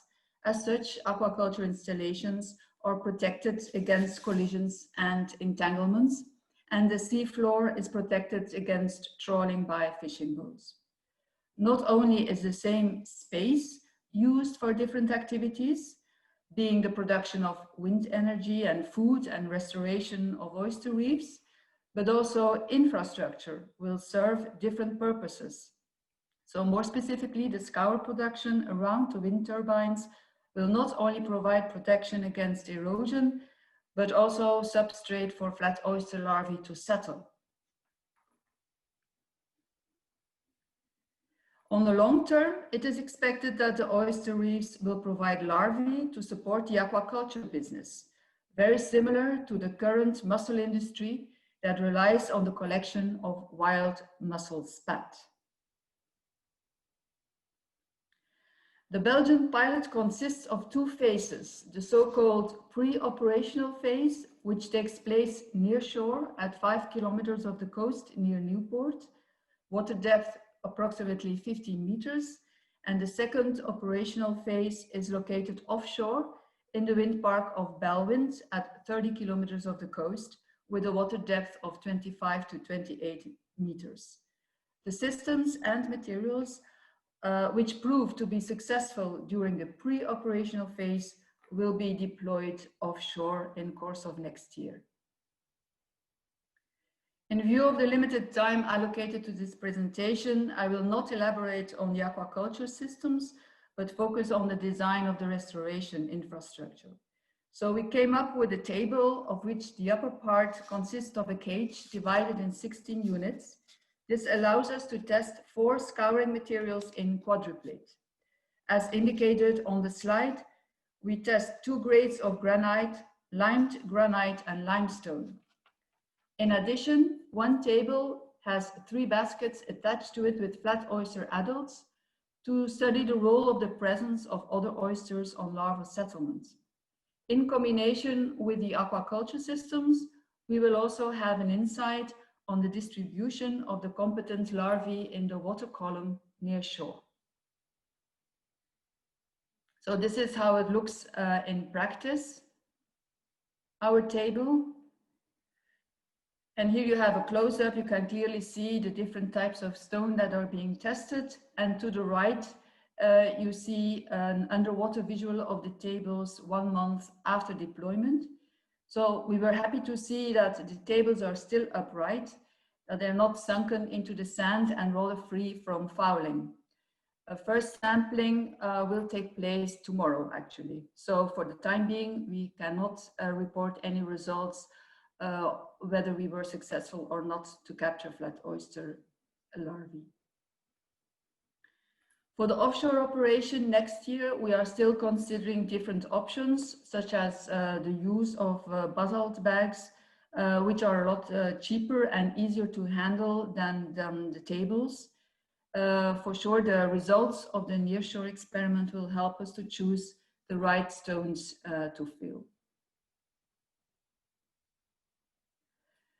So this project, of course, is a very nice collaboration between private partners like Previsco, Colruyt, Jan de Nul and Parkwind, And on the other hand, we have knowledge institutes like UGent Ghent University, ILVO, and also OD Nature, or the Royal Institute for Natural Sciences.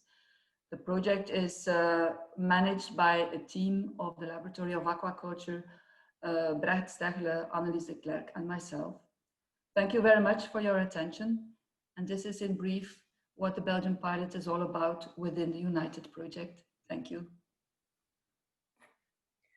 Thank you, Nancy. Thank you for this great overview. And we will now continue with Yves Galimany from the Comunidad Autónoma de la Región de Murcia in Spain. Great to have you here, Yves, and the floor is yours. Hello, everyone. Thank you very much for having us here and letting us the opportunity to explain the role of flat oysters in Mar Menor and how they can help bioremediate this degraded ecosystem. First, let's look at Mar Menor. It's worth mentioning, saying that it's the largest hypersaline coastal lagoon in Europe. It is located on the Mediterranean side of Spain, and it has been of very, very broad importance for many centuries. It has prehistoric paintings. There's been a record in important trading from Phoenicians and Romans, mining extractions, fishing industry since the 16th century. But an intense agriculture and tourism in the 20th century brought the Mar Menor to the collapse recently, a few years ago. The factors leading to this collapse of Mar Menor are mainly two reasons. In 1960s, the population increased broadly, but there was a lack of wastewater treatment plants and sewage that made that all these excess of nutrients coming from these tourisms led right straight to the water.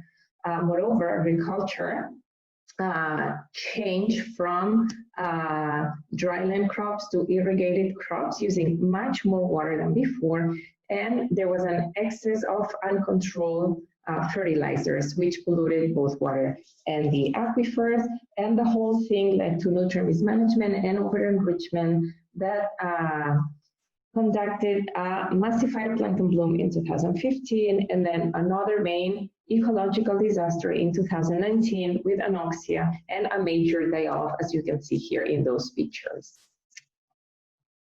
What is the role of flat oysters in Mar Menor?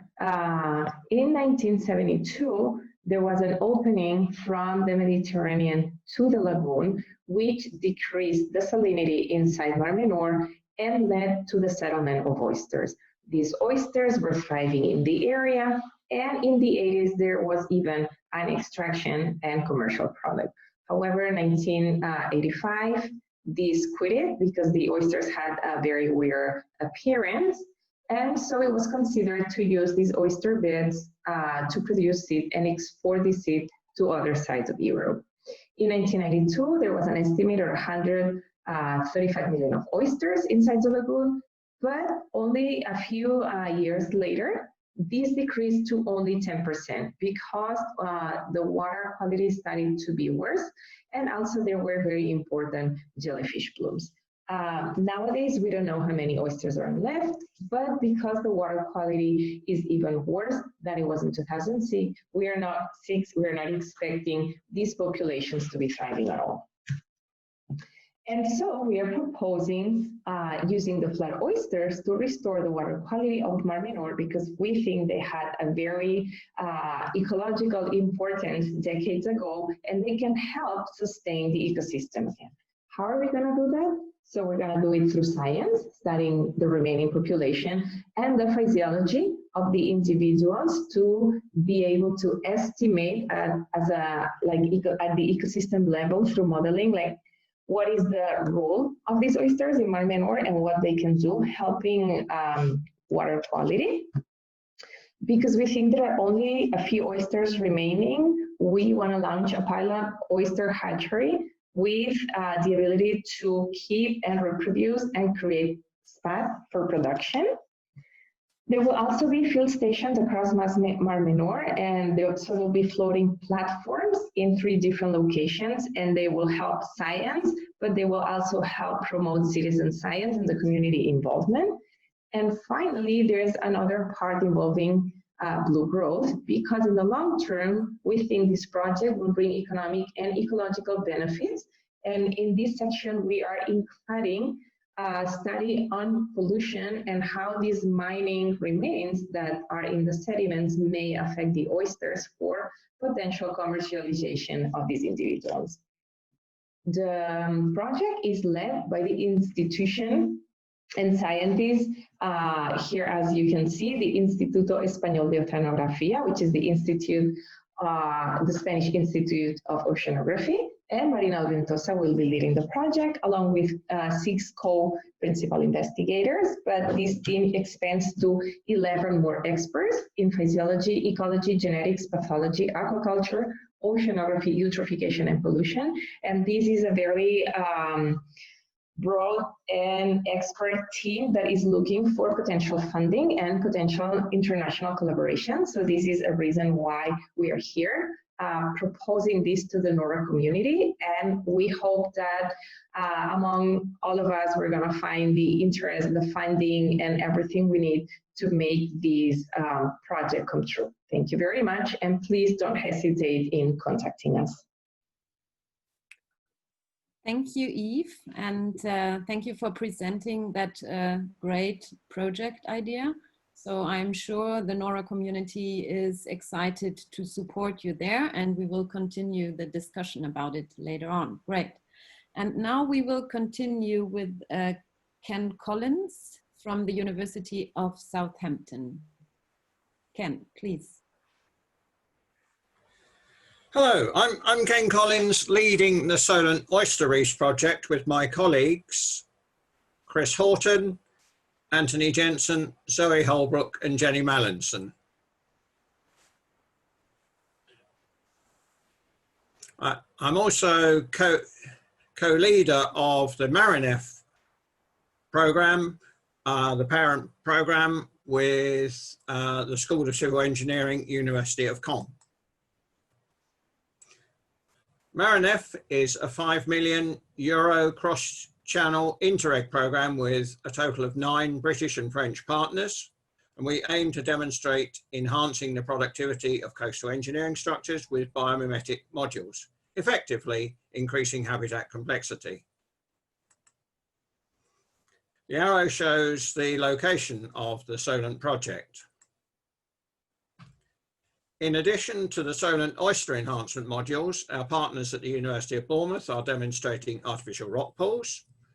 The University of Caen are demonstrating breakwater blocks in Cherbourg Harbour, and the French National Museum of Natural History outstation at Dinard is experimenting with complex mooring sinkers.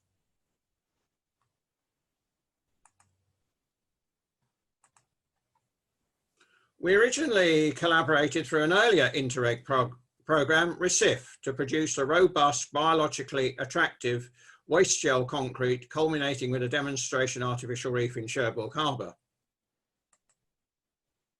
Now, within the MARINEFF program, we have further developed the shell concrete formulations with our civil engineers and mineralogists.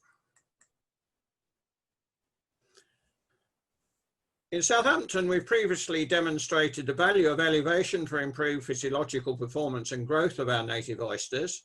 More recent research by Zoe Holbrook has examined the impact of height above the seabed and density of the oysters.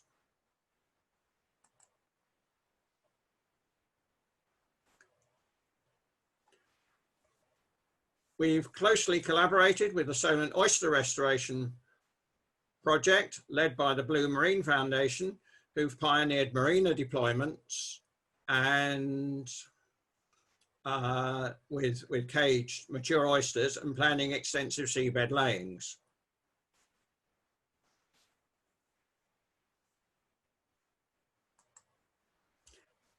Our oyster reef design is based on our work with artisanal fishermen in southwest India.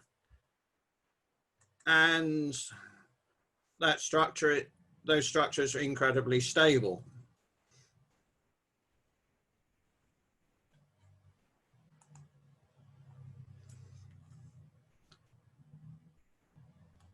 To kickstart the productivity of our modules, we've added mature native oysters, and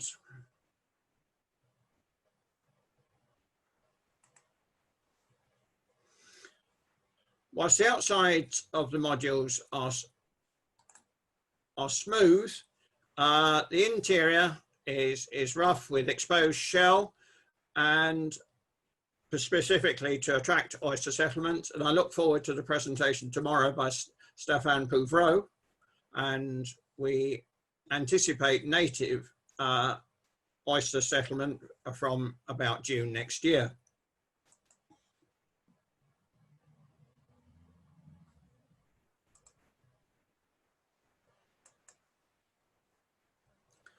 At the beginning of this September, we deployed 26 of these structures in the central Solent, which we will monitor routinely by ROV, remotely operated vehicle, and by scuba diving. We look forward to presenting our results in future years. Thank you. Thank you, Ken, for presenting that great project. And we will now move on to Alec Reid from Cuanbeo in Ireland, presenting the Galway Bay Native Oyster Restoration Project. Thank you, Alec, and the floor is yours. Hello from under the sea on the west coast of Ireland. My name is Alec Reid, and behind me you are looking at the reef restoration work for the Galway Bay Native Oyster Restoration Project. I work on this project for an organisation named Cuanbeo, and alongside the Marine Institute of Ireland, as well as Bordisci Namara, we coordinate the Galway Bay Native Oyster Restoration Project, which is funded by the European Maritime Fishery Fund. And today's presentation will be very brief, but my contact details will be available for anyone who would like to learn more, and please feel free to get in contact with me to do so.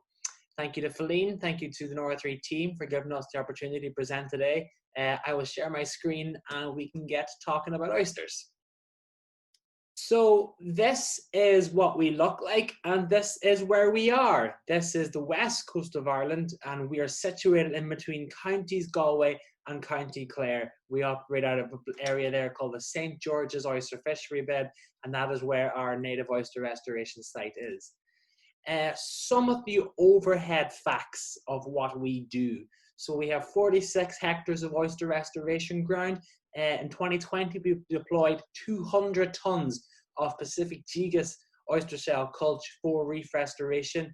We have 2 on-land spatting ponds in which we produce native oyster seed. We have 350 wild oyster surface spat collectors in which we monitor oyster settlement in the water column. And this year, over a 16-week period, we monitor 500 native oysters for gonad monitoring to see at which stage of larval development they were at. And these have been the fundamental works we've undercarried in 2020 so far. And here is a closer look at our native oyster restoration sites. So they are located here in the St. George's Oyster Fishery Bed, just outside of the intertidal zone. We have 2 sites, a north site and a south site. Each expands approximately 40 meters in diameter, and we deployed 120 tons of culch at the north site and 80 tons of culch at the south site in 2020. Gonad monitoring. This year we put a big emphasis on gonad monitoring because gonad monitoring allows you to understand in depth when oysters are producing larvae and when that larvae is being released into the water column. And this is what will inform all other activities for restoration. So this tells you the best time when to put the culch in the water, because you don't want to go too early with your culch deployment, because there's a chance you might get your culch covered in seaweeds or sediment or other settlements, and you don't want to go too late naturally with your culch deployment because you might miss your larvae altogether. So to understand how the oysters are reproducing in Galway Bay, what stresses affect their larval disbursement, and what stages their larva disbursement is likely to take place is a very important practice to informing the rest of your oyster restoration works. Culch deployment. This year we deployed 200 tons of oyster shell culch. The culch was supplied to us from Irish oyster farms and had been weathered for 4 years to ensure that there was no biosecurity risk to deploying that culch. Oyster shell culch is a very good culch to use, especially Pacific gigas, because it's very durable, it's very hard, and it will last a very long time. It doesn't necessarily give the best shape oysters that would traditionally service native oyster seafood markets. However, there is no issue for the oysters attaching themselves to it, which is a benefit for oyster restoration, because the shapes those oysters grow into, they are then not sought after, and there is no incentive to fish on the restoration ground. We also deployed 350 surface spat collectors on a mussel raft to see if there's any difference in settlement at the surface of the water column as opposed to the culture we deployed on the reef bed. And we have also undertaken with Iarla Canellan 2 spatting ponds in counties Clare, because although you can do your absolute best in the wild, due to temperature and salinity, you might see per settlement. And when the goal is reef restoration, that extra boost of oysters which you've produced in ponds, which can then be distributed on the restoration site, really does give an extra boost to the conservation efforts and the reintroduction efforts. Thank you very much for listening. That is my contact details. It's alec@qmbio.com. Please get in contact. We love talking about oysters. We love to hear from you. Thank you very much to Philine and to Nora 3, and please enjoy the rest of the presentations. Thank you very much, Alec, for that great presentation, a very impressive project. That sounds really great. And we are now moving on to Jesper Elsinger from Van Oord Offshore Wind and Blow Wind in the Netherlands. Hello everyone, thank you for joining this presentation. My name is Jesper Elsinger. I'm an environmental engineer. I work for the Blow Wind Consortium. The title of this presentation is Making Use of Offshore Wind Farms for Native Oyster Rehabilitation, which is a case study for the Borstel 3-4 wind park, which is currently nearing the end of construction. As I mentioned, my name is Jesper Elsinger. I work for the consortium. I've set up this presentation together with Nathalie Strookman and Renate Olie, who work for the Rijke Noordzee, and also Remmert Hofstede, who works for Van Oord Dredging and Marine Contractors.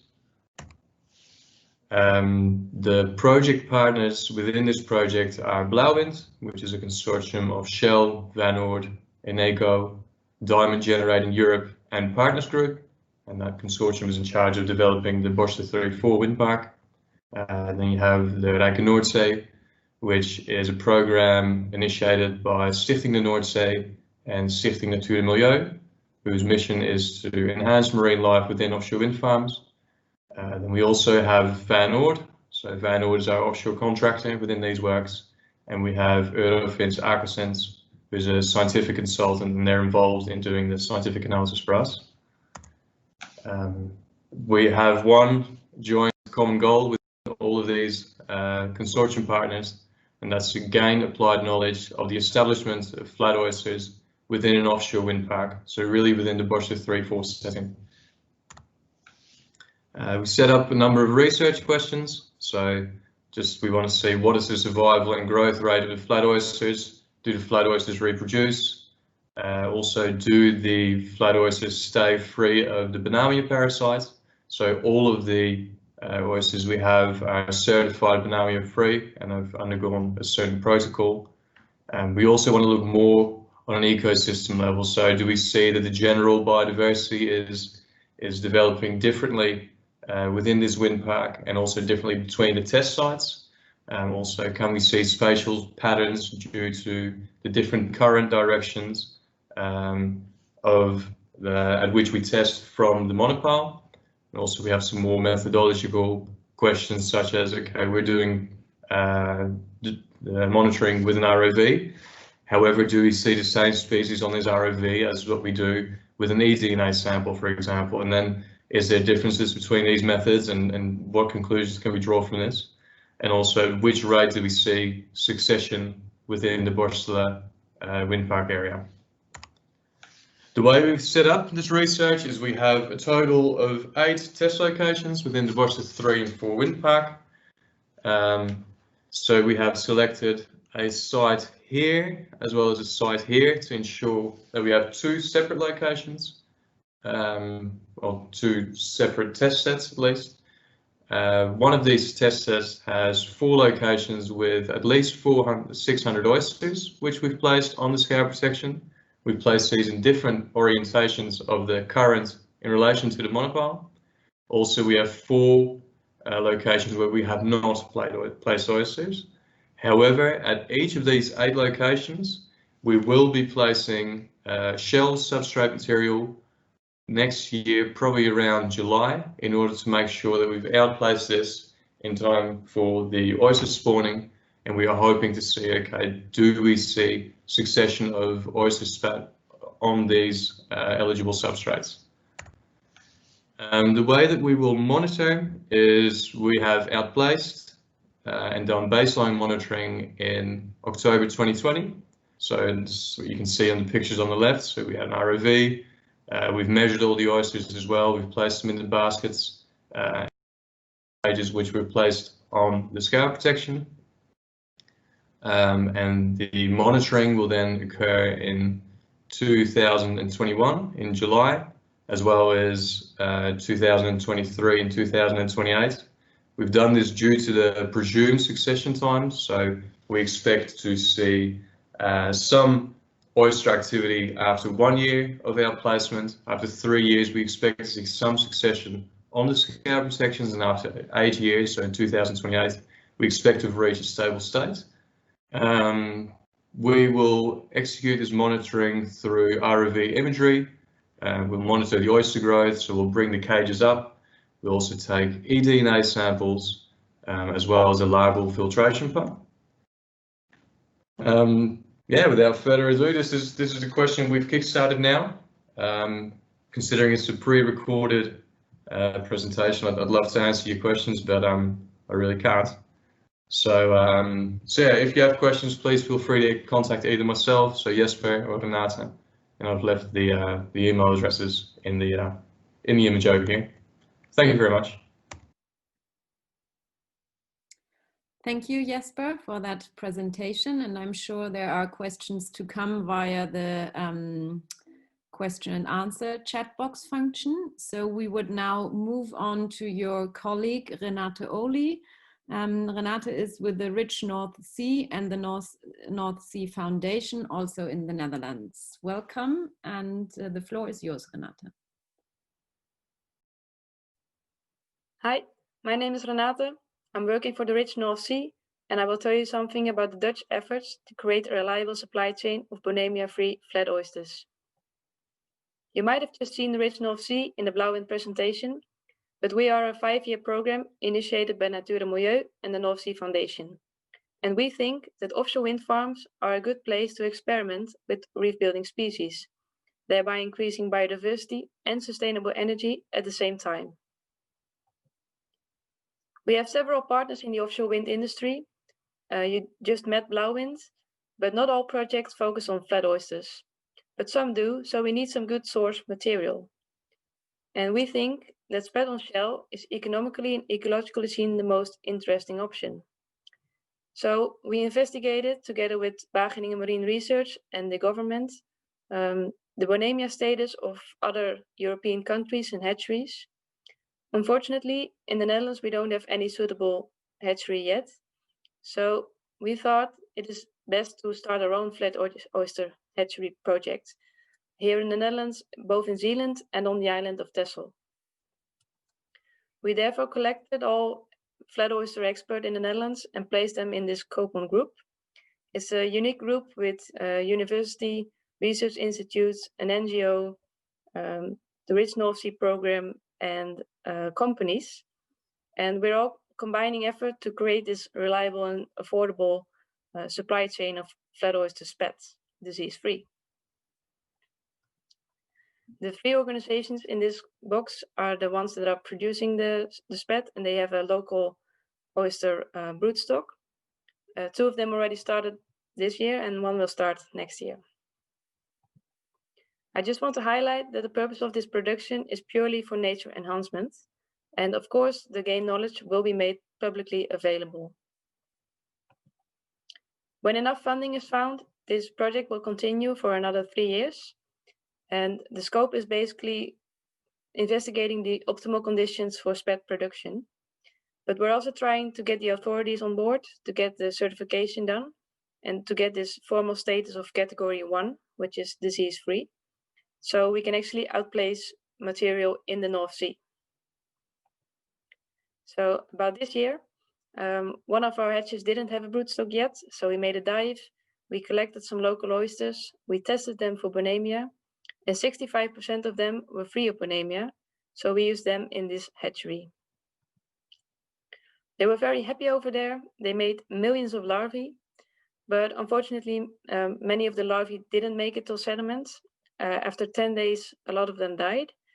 But at the beginning of August, we had a batch that actually settled. So we now have SPET on Pacific oysters, king scallop, mussel shells, and also on this little reef cube, which was designed by Arc Marine.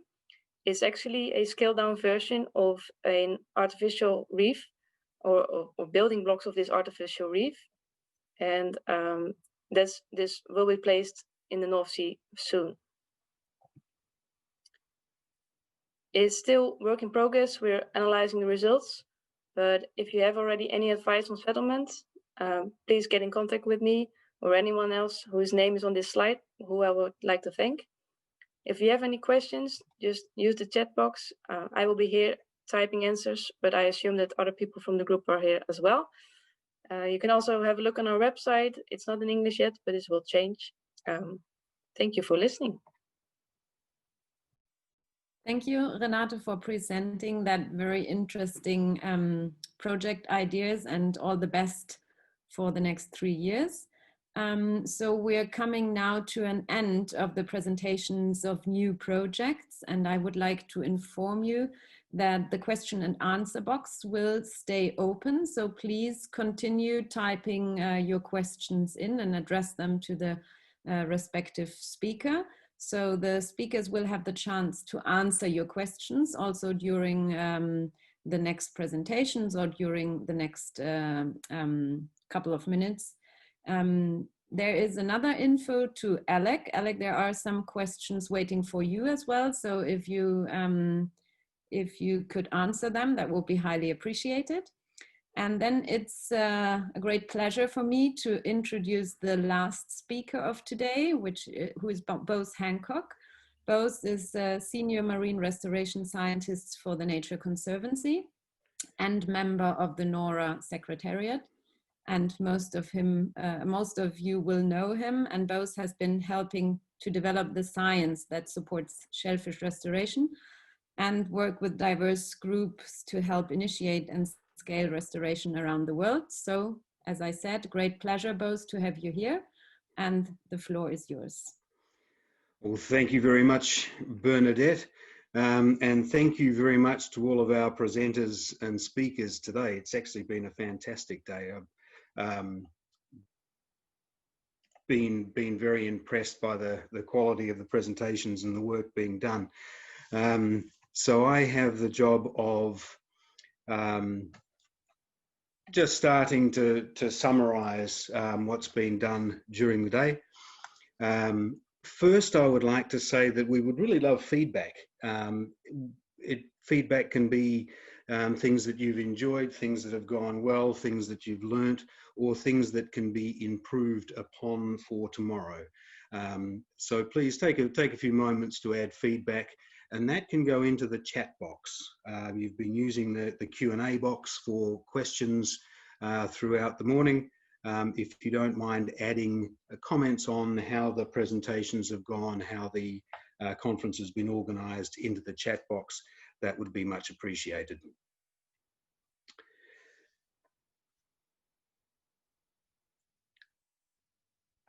In terms of a summary for the presentation so far, really we've been focused quite a lot in the early part of the day on various aspects of biosecurity, a really important topic. We had a plenary that started with the specific genetic considerations. looking back at how that population genetics has informed distributions of connected populations around the coast, and the impact of particularly diseases and selective breeding for disease, a topic that rolls over without any hesitation at all into our view forward as we look at how to manipulate the disease environment, our resistance to disease, the stock that we're using for restoration, and particularly that question of how the disease resistance and local adaptation fit together within the population genetic structure that we have around the European waters. And that leads into how those hatchery impacts might influence the population genetics and what that does to the genetic diversity. We had a fantastic presentation on two of the products that have been completed through NORA working groups. Some really impressive products coming out of the NORA working groups.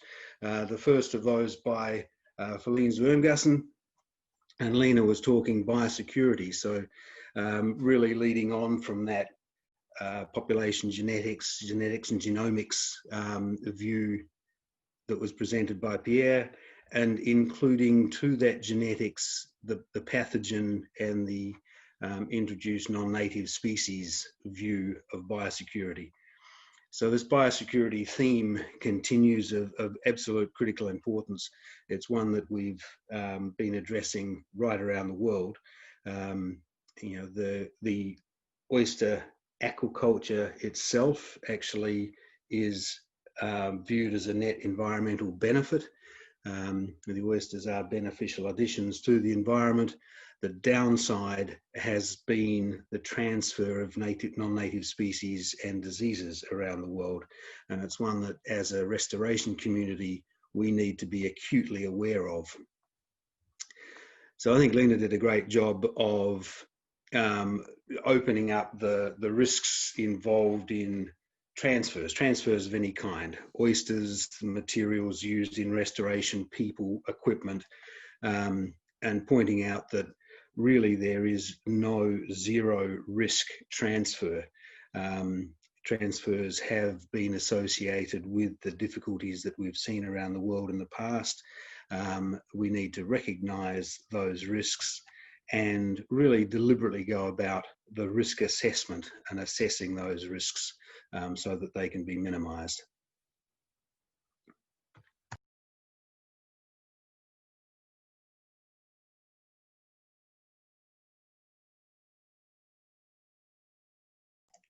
Second of the working group outputs that was really quite a massive piece of work and has been done very efficiently is adapting the international restoration handbook to the European context. And there's been a tremendous amount of thought put into that, and I hope that's going to be a very useful publication for the practitioners that are thinking about restoration, going through, as Joe Preston described, you know, why restore, what goes into planning, the objectives, how to think about reference ecosystems to set up metrics, site suitability, how to engage with stakeholders, permitting, funding, some really detailed examination of what you need to think about to start off with a project, and then the nuts and bolts and how some of the projects that have hit the ground are looking to go to scale, both from pilot going up to scale. A summary of biosecurity, and the really important and the other recurring theme that comes through, I think, from the morning is the importance of public engagement and communication. Following that, we've got had a presentation from Alison about monitoring and the monitoring guidelines that are not yet finished. They're not being presented as a completed document, but certainly looking for collaboration as that work that's been started gets pushed over the finishing line, and hopefully to be presented at NORA 4. It's a really neat framework. One of the problems that we've seen around the globe with marine habitat restoration is it doesn't take that much variation between projects in what is being monitored to make comparisons between projects really difficult. Standardizing enough information so that there can be comparisons between projects becomes enormously powerful, but only if there is a similarity in that kind of baseline of monitoring. So those basic metrics that all projects should look at and achieve really is the standard for how to create a framework where where projects can be compared. The question that came up about where those data should be stored and what the capacity is one that's fantastic to think about. It's actually a pretty big question, but I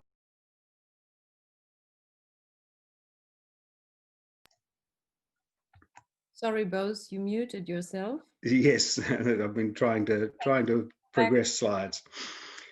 And following that, we've got a beautiful demonstration of the kind of progress that's being made in the water.